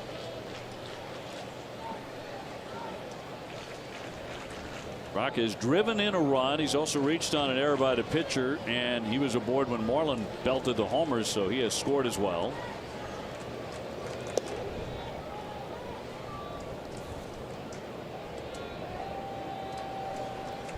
Yeah, you talk about that postseason roster. Obviously, where it sits right now, you can have 40 players in your dugout with the September call-up. You can expand your roster from 25 all the way to 40, and then back to 25. And you can change it each series. With that being said, the Red Sox being in first place, great ball club, bullpen is stacked, rotation, they are going to have some decisions to make.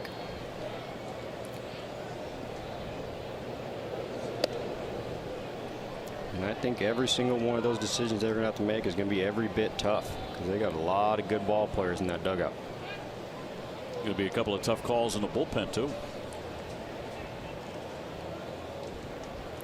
And with that situation too, it's all about who you're playing, all about the matchup. You know, you can possibly face a team that their catcher doesn't throw many guys out, so you want to keep the speedy guy. We're going to talk about a team that doesn't hit lefties, so you'll have another lefty, or doesn't hit righties, and how to set your roster up. It truly depends on who you're playing versus just the talent within your dugout. Back-to-back walks will bring up Benintendi. And the Red Sox with a chance to really kind of run away from Cincinnati today. Andrew has walked and scored. He's flied to left hand, struck out 0 for 2. He's been all over the local news here the last couple of days, by the way. When you turn on the late night news or the noontime news, the ones we get a chance to see, he's been a story on every newscast I've seen in Cincinnati. He's returned back to his hometown. It's a big deal here. Floats that one to left field and down for a base hit. Bogaerts churning in. He will score. The throw to third, to tag, and Holt is tagged out. That run did score, however, before he was tagged out. And that retires the side, but the Red Sox add another run and are now on top. Should be 5-0 in the middle of the 7th.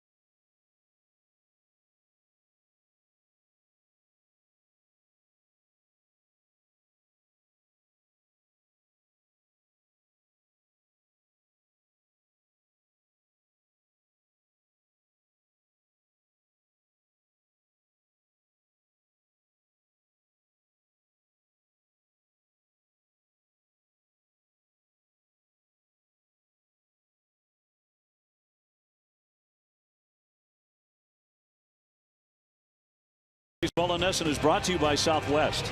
Yes to low fares with nothing to hide. That's transparency. Ford Trucks, built Ford Tough, the official truck of the Red Sox. McDonald's, any McCafe muffin with any size coffee, just $1.99. And by Digital Federal Credit Union. See what DCU can save you. Andrew Benintendi still looking at that sun out there in left field. He's the only one plagued by it at the moment, but he just dropped in a base hit to score another run to drive in Bogaerts, who scored, Joe West said, before Brock Holt was tagged out at third base. So it's 5-0. Votto, the leadoff man, here in the bottom of the 7th. Yeah, ball drops in. Duvall had a big assist last night too. It just comes up firing right to third base, and I think third baseman did the token deke. And what a deke is, where he does kind of the Statue of Liberty, if they call it. Just nothing's happening, nothing's happening, nothing's happening. Boom, catch it, puts the tag on. 5 runs, 6 hits for the Red Sox. Nothing across on 3 hits for Cincinnati. Votto 1 for 2 with a single.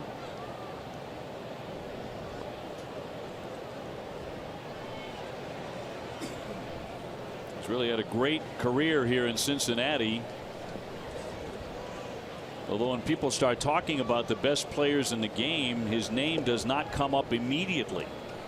Yeah, which is mind-boggling, because all you have to do is just run the numbers. He's been very open in the past about his battles with anxiety and depression. He's talked about that being something he's tried to get a handle on and try to control and deal with.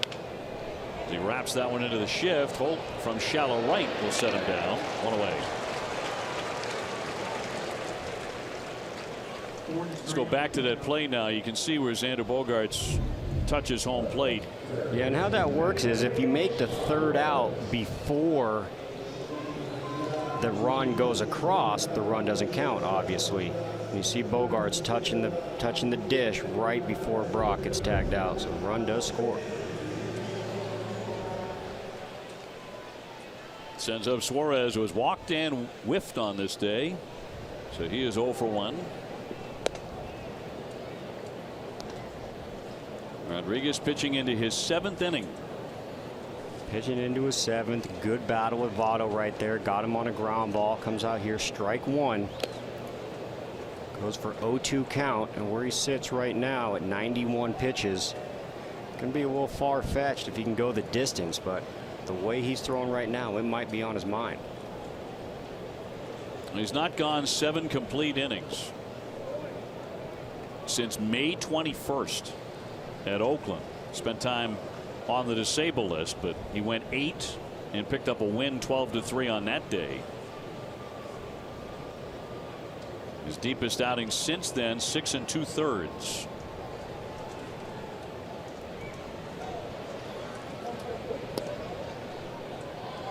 That'll just miss. A couple of those he hasn't gotten today.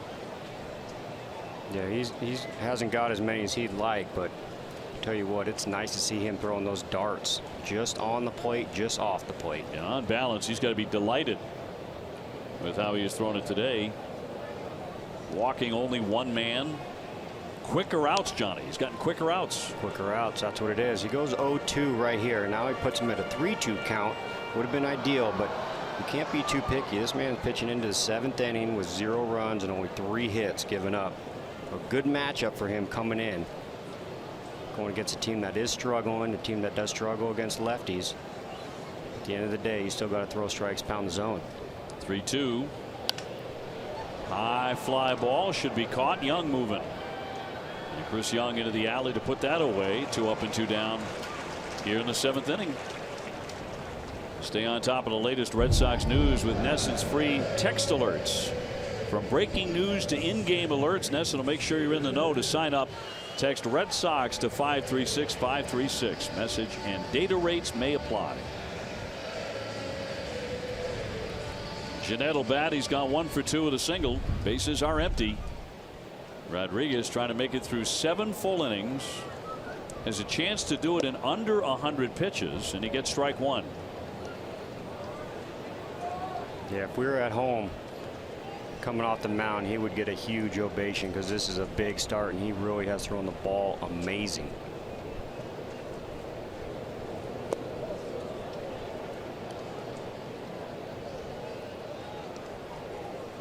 Well, this is his best outing in a long time. Last time he went 6 2/3, he lost 7-0 to Baltimore.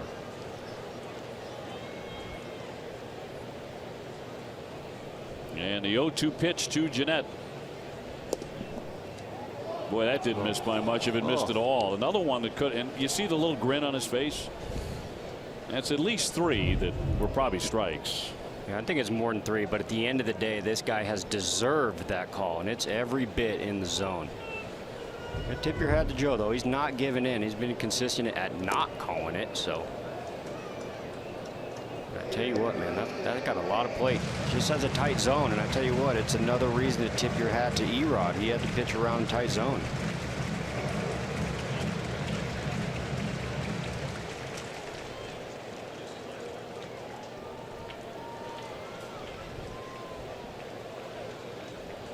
Trying to fan the number 5 hitter.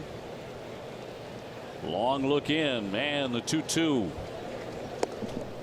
And that's going to be inside to run it to 3 balls, 2 strikes. Went with a cutter. Same scenario as last batter. Starts 0-2. Didn't have the stuff to put him away. Works it to 3-2, but if he would have got that call, it could have been out of the inning. He went 3-2 off speed last at bat. Let's see if he goes off speed again or heater. Payoff pitch, and he got him. He struck him out. 93 away from him, and he gets him 1, 2, 3. He has been terrific today.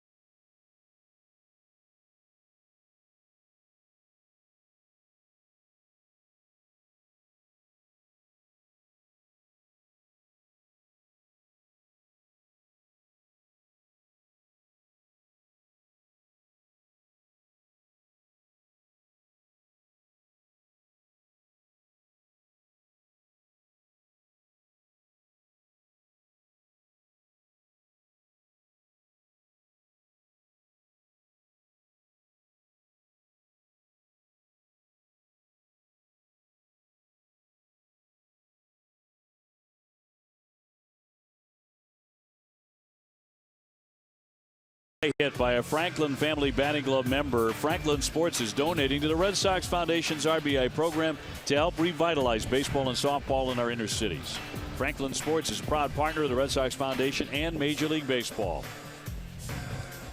And one of the stars so far today has been Mitch Moreland. 3-run homer in the 6th inning to open it up. Sox now leading 5-0 as we go to the 8th. In front of 36,076. Great crowd for the Reds. We're in green today because it's Shamrock Day for them. Great day to come to the ballpark. Get to see the Shamrock green. Get to kick it with Bronson after the game, which will be after the fireworks. Come to the game a little bit early. Get you a Tucker Barnhart bobblehead. It's a full day. A lot of action. But on the field, the Red Sox have been the better of the two by quite a bit, winning last night 5-4 if you missed that, and 5-zip so far this afternoon. Lined into left field for a base hit. So Marlin coming alive here. He's gone 2 for 4 here this afternoon.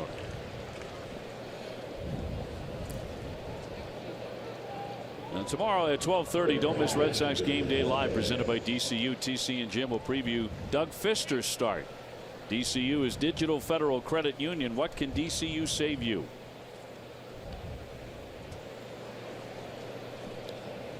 And game starting at 1:10 tomorrow. And the Sox head on back home for the last week of the regular season against Toronto and Houston. See if Vasky can leave here with a 3-hit day. Shot one to right, shot one to center.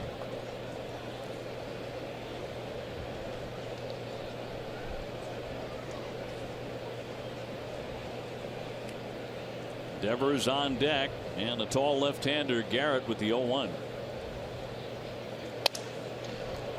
Toward the second baseman Jeanette. That's 1. On to first. That's 2. Double play.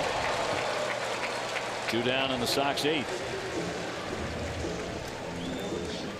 Didn't get his 3 hits that we were begging for, but I tell you what, at the end of the day, what he puts a lot of pride in doing, he's catching a shutout right now. Do a little cruising on the river here today. Still feels very much like summer in Cincinnati. 92 degrees when we started. Rafael has doubled. He's also lined to right and struck out.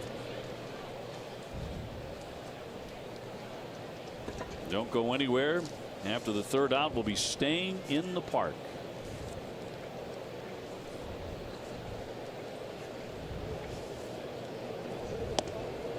Boy, he took a hack there. Yeah, he took a hack. He's trying to end the day on a homer. Can't get mad at him. He's been swinging the bat great. 4-game hitting streak for Devers. Well, this is his 50th major league game, and he has reached base in 41 of them. He's checking a lot of things off the list, that's for sure.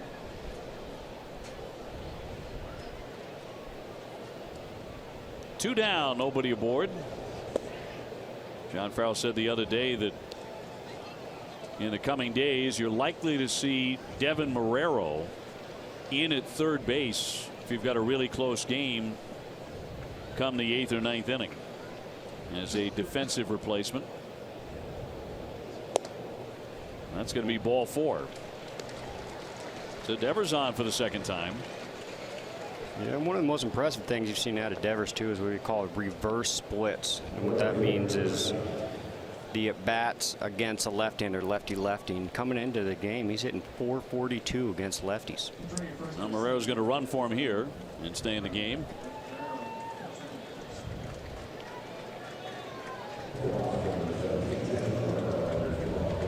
So Marrero the runner with 2 down, and the batter will be Chris Young.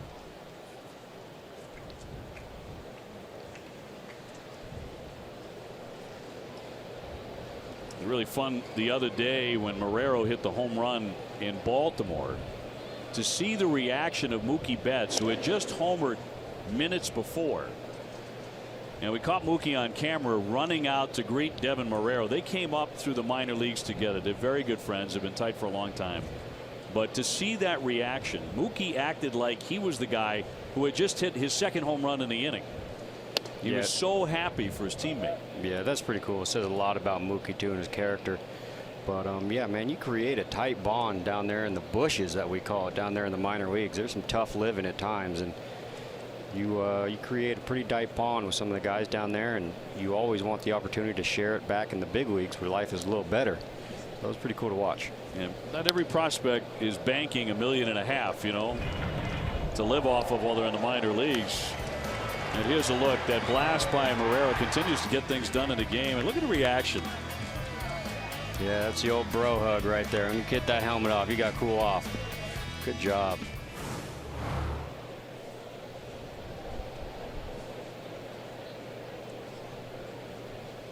Young 0 for 3 today. Came to the ballpark not expecting to play.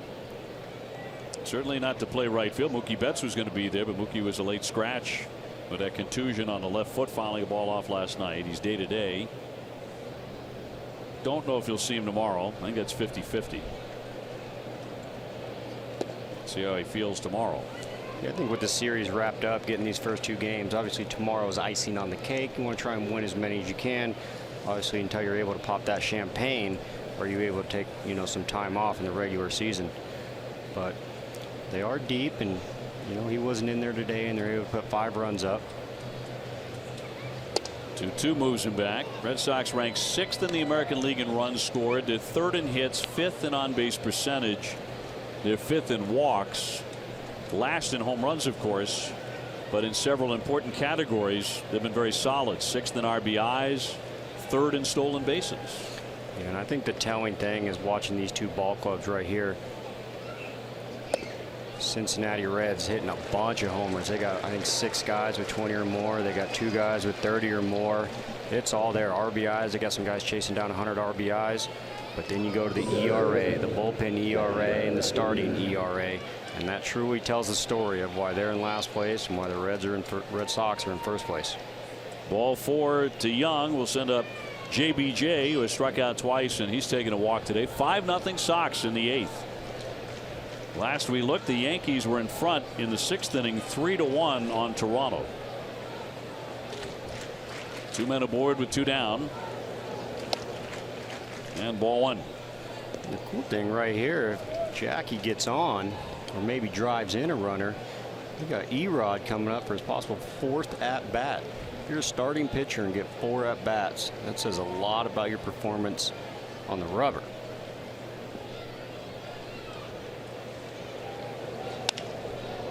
To the first baseman, backhanded by Votto, is going to flip to the pitcher and get the out. Jackie almost running on top of Garrett there. Out number 3, 2 left, 5-0 Boston, middle of the 8th inning. Don't go anywhere as we stay in the park.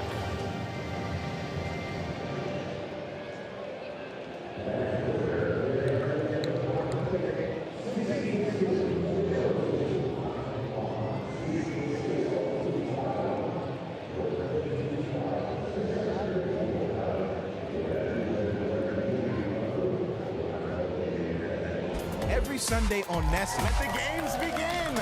Join the party before the pregame, where the Red Sox, I like it. Wally, what's up, Wally? And kids run the show. Can I give it a try? NESN Clubhouse for the young and the young at heart who want to know everything about the game. So you want to hit the front part of the base. The gear. How can I improve my swing? And the guys on the field. I would probably love dancing if I could dance. NESN Clubhouse, Sundays, 90 minutes before the game. Presented by Delta Dental of Massachusetts. As you cheer on the best team ever, we'd like to remind you that at Southwest, we connect low fares to your favorite destinations. So buckle up and say yes to low fares with nothing to hide. Remember that we offer nonstop flights to your favorite destinations. So grab this seat, or this one, or any of these. Please use your oxygen masks if the thought of nonstops takes your breath away. What about Slammin' Stanton? Or South Beach Smasher? What are you doing here, man? Giving you a nickname. No, like here. Oh, well, T-Mobile's all unlimited, so I've got unlimited access to all things MLB. All things, huh? Yep, the Stanton of SWAT. Nah. 4-bagger with swagger. No, thanks. Oh, I got it. Mic drop. Because he used to go by Mike. Maybe? We can't really give every fan access to the field, but we can give you America's best unlimited network, T-Mobile. My Summit table and 6 chairs, only $5.99. And the competition, same look, but a whopping $15.14. Like theirs, My Summit has a wire brush finish, but I go the extra mile. Table and 6 chairs, or table, 4 chairs, and a bench with storage, and a removable leaf, only $5.99. In regular or pub height. Why would anyone pay over $900 more? Just imagine what else you could buy for that kind of money. Dare to compare at Bob's Discount Furniture. So how about this? We're going to the 8th inning, and Eduardo Rodriguez tossing a shutout at the moment. He's allowed only 3 hits. Red Sox up 5-0. This is pitch number 102. Been an outstanding outing by the lefty. He gets Schebler, Duvall, and Barnhart in this inning.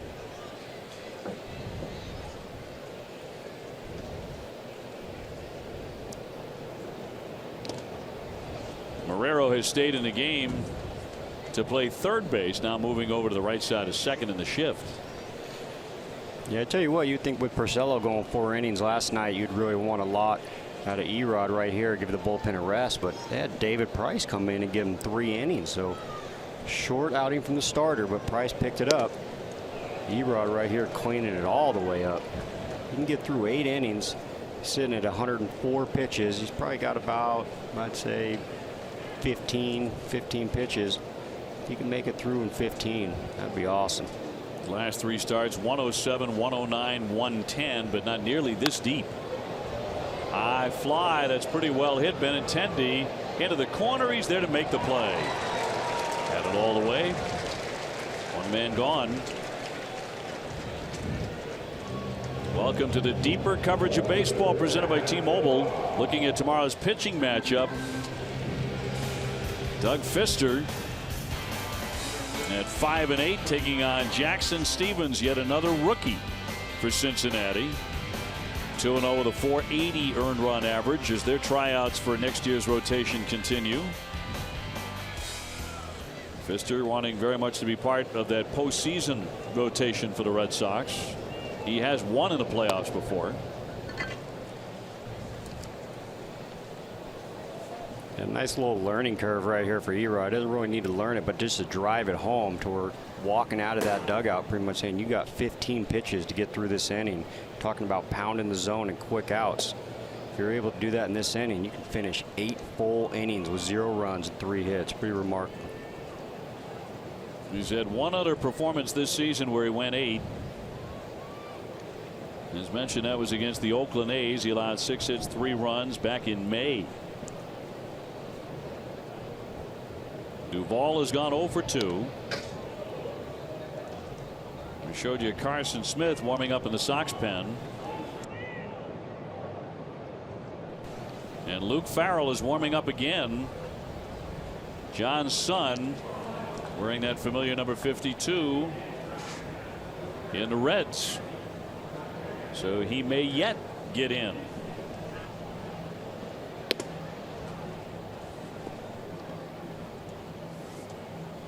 John said, yes, we have a scouting report on him.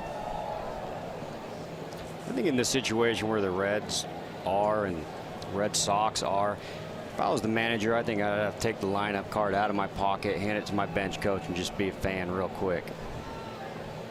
Obviously, if you had a lot more on the line, 5-0, opposing teams in last, you're in first, you got a cushion. I think I would just have to hand the lineup card and say, you got it from here. I'm going to watch my boy. No major league player has faced his manager father since Moises Alou of the Cubs played against Felipe's Giants in 2004. So it's been a little while. Here's the 3-2. And he walked him. So Duvall is on with 1 down. And we'll send up the catcher Barnhart. Red Sox ahead 5-0. Here in the bottom half of the 8th inning in Cincinnati. 36,000 on hand. That's a really big crowd for the Reds. They've got fireworks, post-game concert by Bronson Arroyo, who will be in our booth tomorrow around the 4th inning, I believe. You think anyone remembers A-Rod trying to knock the ball out of his glove? I think there are several million who think about it pretty regularly whenever they see him anywhere. Ground ball tap to Marrero, slings it into second, and he held it long enough on that transfer. Got the out at second base, so there are 2 down. Yeah, I think it comes up. And if I'm not mistaken, Joe West was the guy who overruled the original call on that in the ALCS. Well, if Joe West did that, you know the call would be right.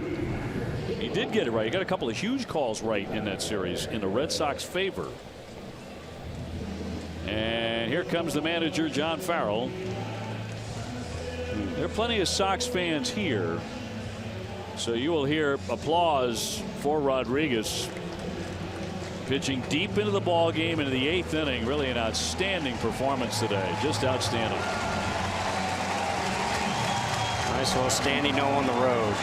Well deserved. Erod with a big effort. Red Sox leading 5-0 in the 8th inning. We'll have more in just a moment.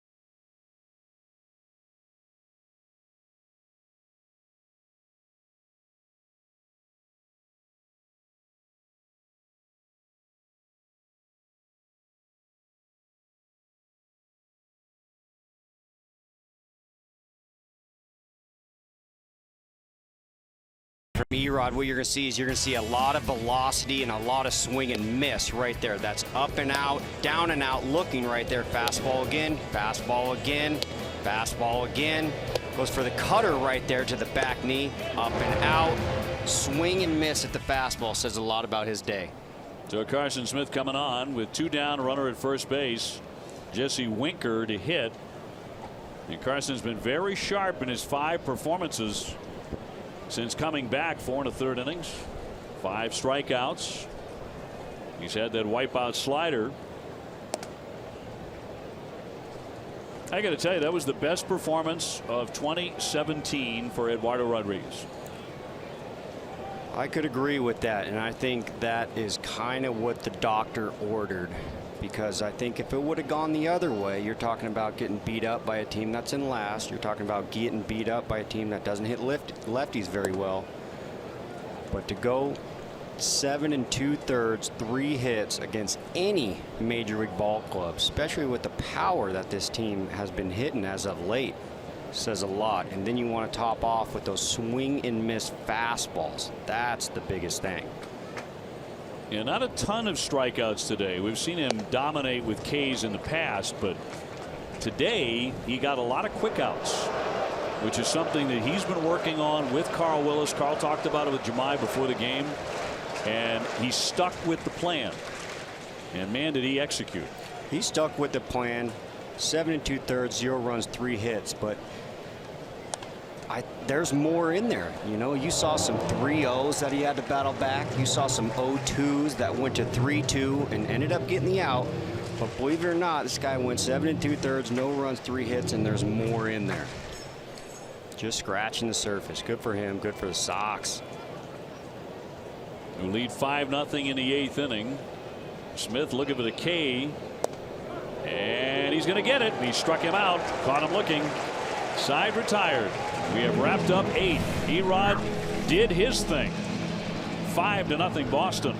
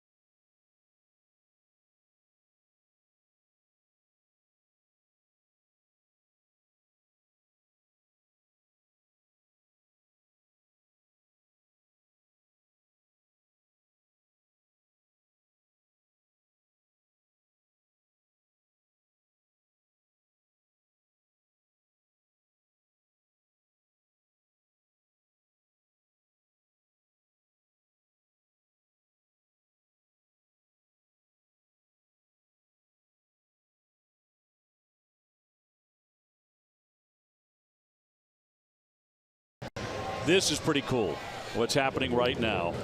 Luke Farrell, John Farrell's youngest son, is about to pitch against his father, honoring his dad by wearing number 52. His father's number as a player and a manager. This has not happened in baseball since 2004. Luke made his major league debut on July 1 when he was pitching for Kansas City against Minnesota, part of a doubleheader. John and the Red Sox were in Toronto at the time. Dave Dombrowski allowed John to leave and go and see that game just as a proud father. And now he sees him pitch for the Cincinnati Reds against his Boston Red Sox. And at what point does he just become Luke's dad here? Yeah, like I said, I'd have to pass a lineup card off and get a front row seat. And you talk about an emotional roller coaster. He's going to want his guys to get a hit. Of course, he wants to see his boys run, but then I think he can sacrifice 1 inning and 3 at bats for his boys to watch Luke. Nope, Sam Travis in. How many times has he done this? You know, leaning against the screen to watch him pitch. As a little leaguer, as a high school star. Boy, how many times? I mean, I think this is I think I'd be an emotional wreck. I mean, this is an emotional roller coaster right here. I would be.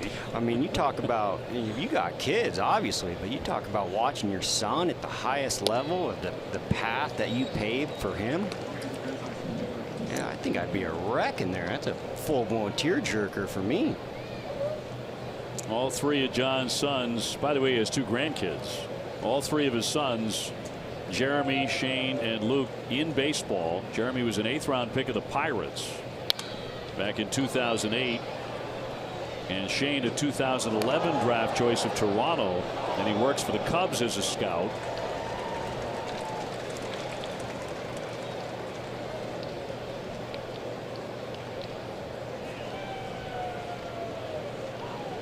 Probably a lot of baseball talk at Thanksgiving dinner. Just a bit. And a swing and a miss. Travis goes down a 92-mile-an-hour fastball. So he strikes out the first man he faces here in the 9th inning. Pretty cool right there. This little 92-mile-an-hour fastball, outer half, caught a lot of the plate.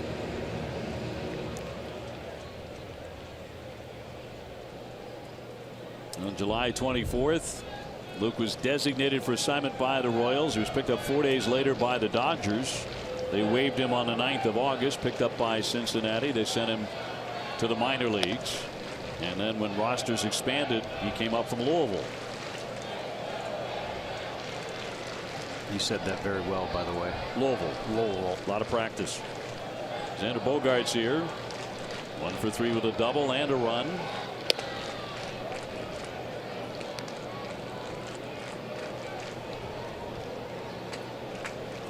I mean, if he's watched his dad, obviously he's watched a lot of the games. He probably already has a pretty tight scouting report. I'm sure he's seen Bogey play a whole bunch.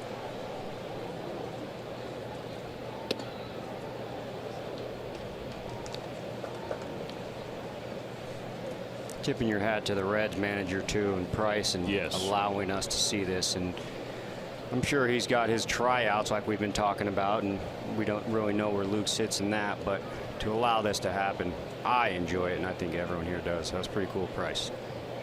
I'm sure John will thank him personally.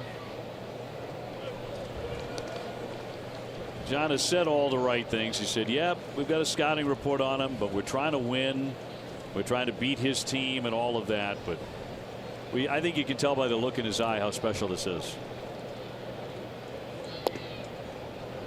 Red Sox had 5-0 in the 9th. And tip of the cap to Brian Price. Another former pitcher.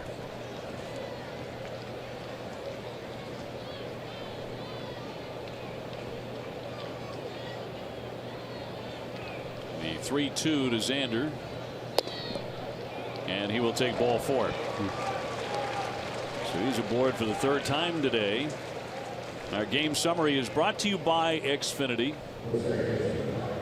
Eduardo Rodriguez's best moment of the season here today. Mitch Moreland also stinging a 3-run homer. Xander Bogaerts has scored a couple of runs. He has doubled and he's on base again. Yeah, led the game off last night with a hit, led the game off tonight with a double. Sitting cozy in that leadoff spot. Hasn't been there too long, hasn't been there too much in his career, but starting to look like a little bit of a fit. Brock Holt has been on base a couple of times. He's also driven in a run with a sacrifice, batting out of that 2 slot. Originally, it was going to be Benintendi batting second. Mookie Betts hitting third. Mookie was the late scratch. Brock was in the original lineup batting 7th. He's at second base.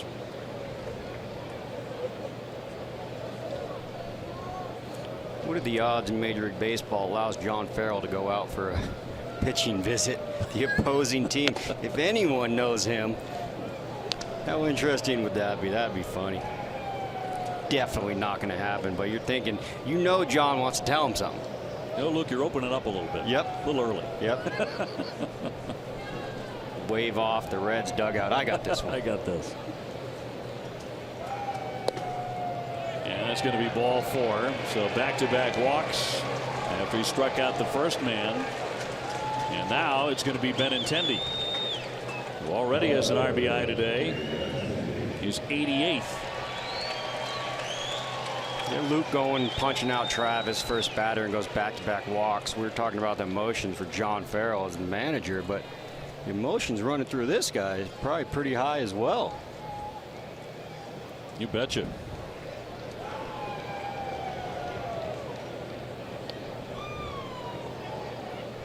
Just a handful of managers in the history of the game, you know, who've ever been able to say, I got to see my son in this situation. Votto will throw into second. It gets by.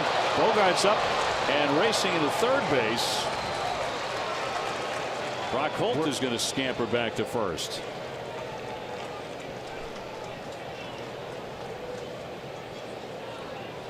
Did Brock scamper back because he didn't tag? Not exactly sure, because he had second base. He ran 90 feet all the way back. Let's see. So he goes right here. Catch. We got an out. Ball's thrown away. Didn't see Brock, but he did look far away from the bag. Yep. Got right. Got all the way to second. Oh, yeah. You got to tag up. Ran back. So he made the smart decision. 2 down. They will charge an error to Votto. And it'll bring up Moreland with runners at first and third. Sox in front 5-0 in the 9th.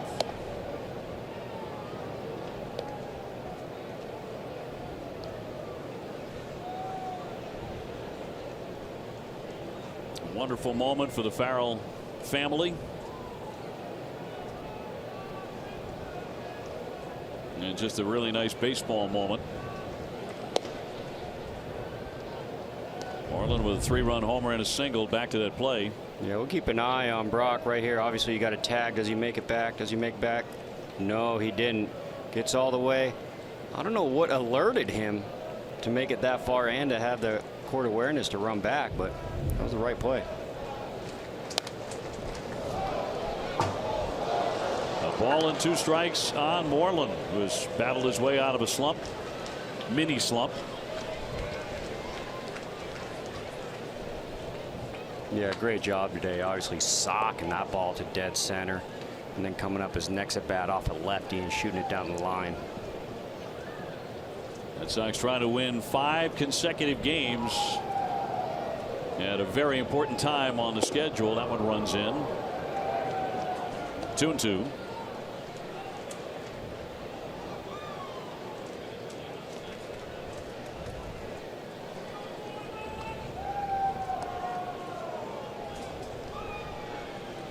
Yankees are on top 4-1 in the 9th inning against Toronto.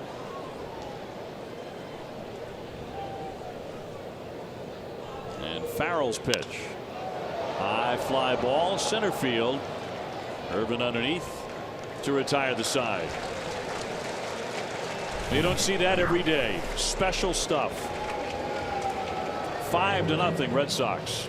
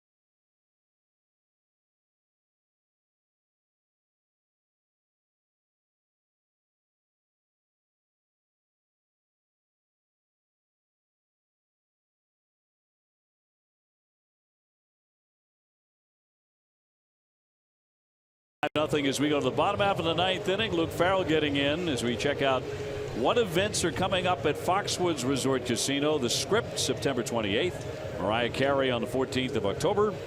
And John Oliver in late December. And Joe Kelly will take over. Red Sox trying to shut out the Cincinnati Reds. Urban, the leadoff man, is 0 for 3. The big story today, certainly Eduardo Rodriguez, 7 2/3. He was outstanding. 3 hits, no runs. And should he get the win, he'll be 18-3 when he pitches 6 innings or longer. That's the magic number for the lefty. Drilled in there at 99 for a strike. Quickly 0-2. Yeah, I'm sure he does know that statistic. I mean, you're always pretty aware of what's going on, but if I was on the team, I might want to highlight that in bold print and kind of just put it on his chair in front of his locker. It's just a little mental note to look at every single day.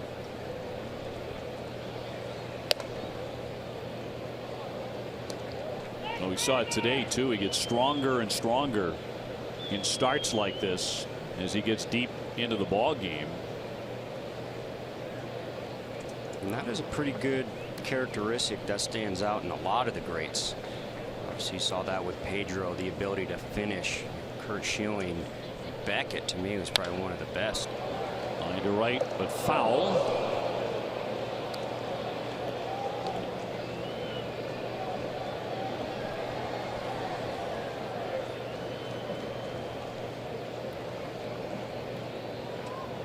Cozart on deck, and then Votto due up. In the 9th inning. Big crowd today here in Cincinnati. There's so much going on here at the ballpark. It's the place to be on this Saturday afternoon. The baseball, the concert, the fireworks. Wave and a miss. Down he goes. That was nasty.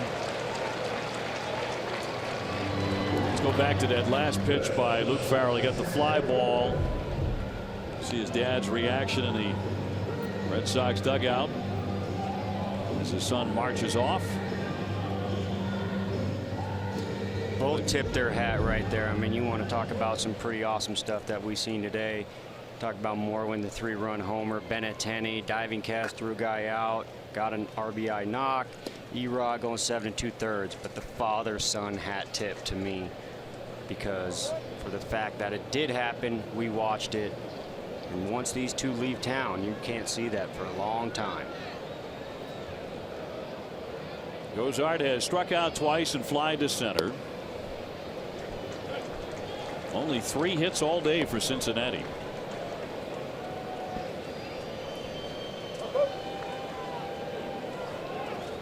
The Red Sox can lock this one up. It'll be 90 wins. Got a couple nice even numbers that happened today. Mitchie obviously with the 20 homers. 90 wins, a nice round number for the ball club. That would be with 8 to play. And 7 of those at Fenway.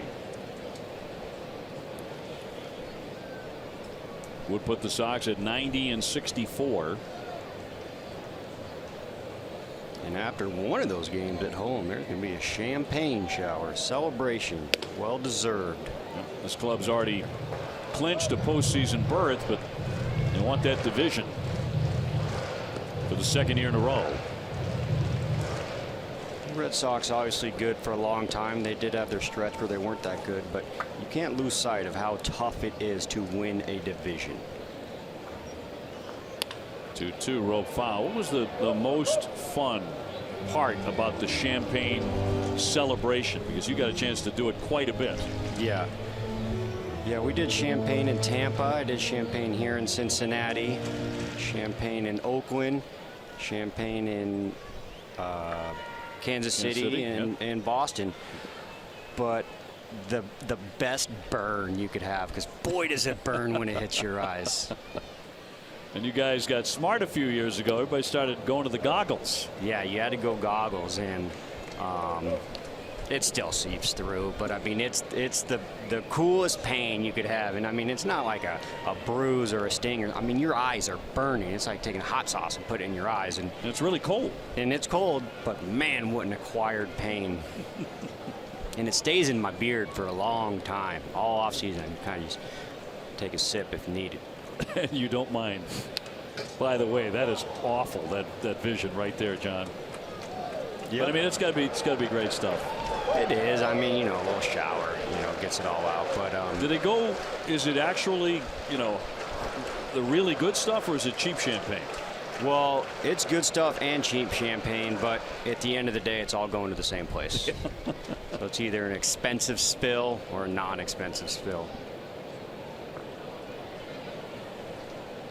Red Sox in command, 5-0 with Kelly on the hill trying to fan Cozart. And he's going to walk him instead. So he puts him on here, a close one, but Cozart is on, and Votto is due up next. Votto in this one 1 for 3 with a base hit. Red Sox trying to close it out. A win today and they get the series no matter what happens tomorrow. But Doug Fister hoping to be pitching for a sweep at 1:10 tomorrow here on NESN.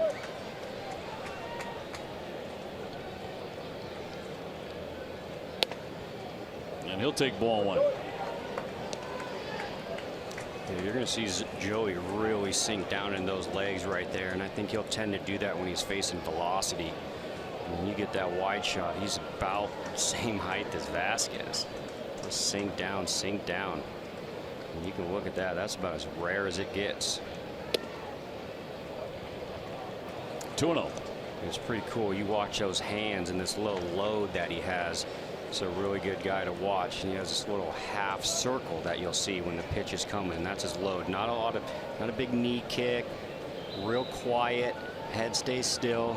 Rest his hand. You'll watch this little circle. This little load. That's all. Real simple.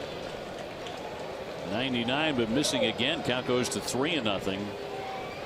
This is a guy who rarely swings at a non-strike. Flat out eagle eye. I used to yell that from the dugout at him. Eagle eye, eagle eye. Cozart on after ball 4. Here's the 3-0.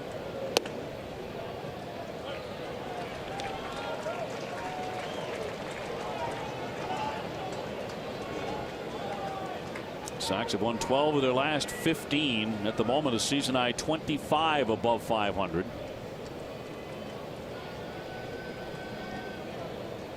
(3-1) and he takes ball 4. So back-to-back walks with one down by Kelly. Suarez will be next. He's a home run threat with 26. He is a home run threat. We can go back to that conversation we had about Joey Votto and his 500 on base and how extreme that seems. But as the game ends today, he sits at a 500 on base. 1 hit, 1 walk, 2 outs. I mean, that's pretty darn good. We talked about how rare that is in the history of baseball. Ted Williams did it 5 times in his career, and 2 other times his on-base percentage finished at .499. I'll tell you what, Ted's my favorite player of all time as well. And when you go and you look at his numbers, it is just truly mind-boggling. In there for a strike on Suarez. Saw Kimbrel starting to loosen. Not something that John Farrell wanted to do, but back-to-back walks have put him there.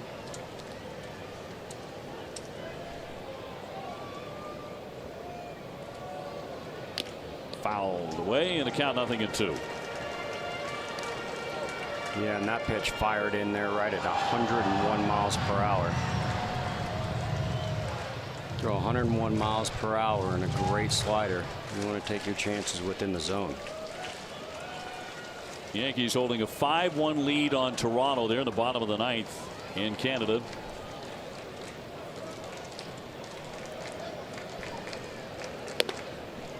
100, but he missed with it.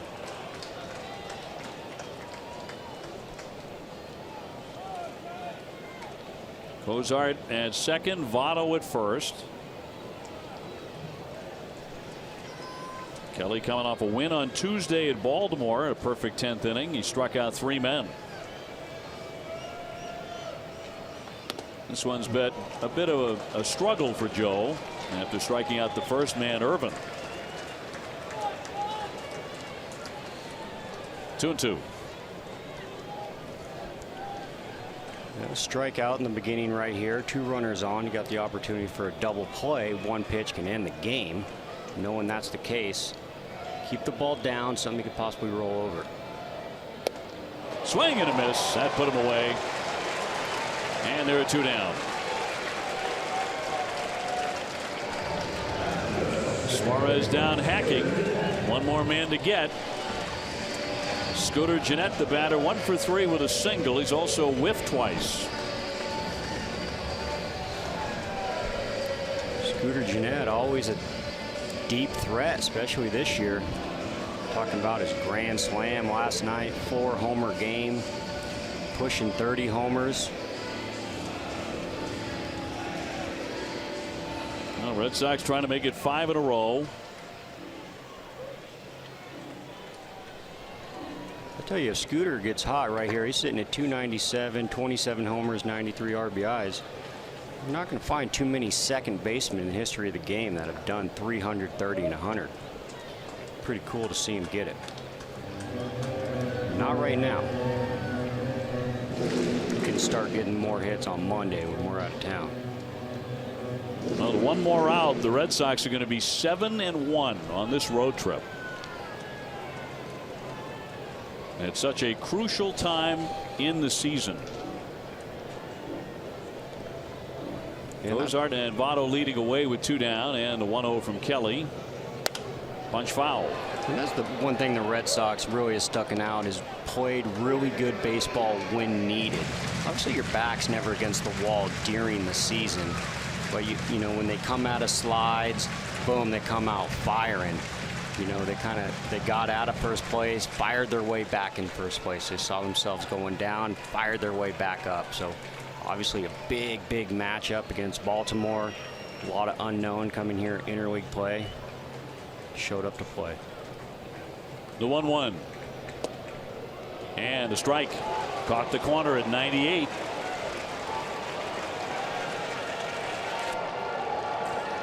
Joe 1 strike away.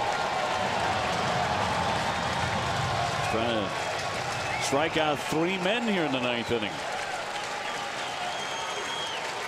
Not the ideal way to strike outside with the 2 walks mixed in there, but I'll take it. Sox fans are up here at Great American. And a 1-2. He spoiled it.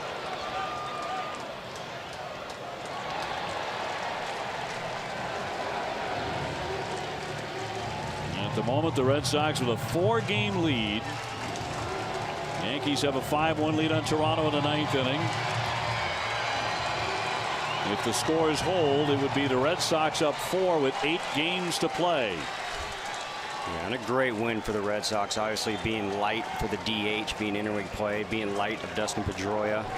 1-2, waved at and missed. He struck him out, and the ball game is over. The Red Sox win it on a shutout for the 11th time this year, as Kelly strikes out 3 in the 9th inning. So TC, the Red Sox continue to roll now 7-1 on this all-important road trip.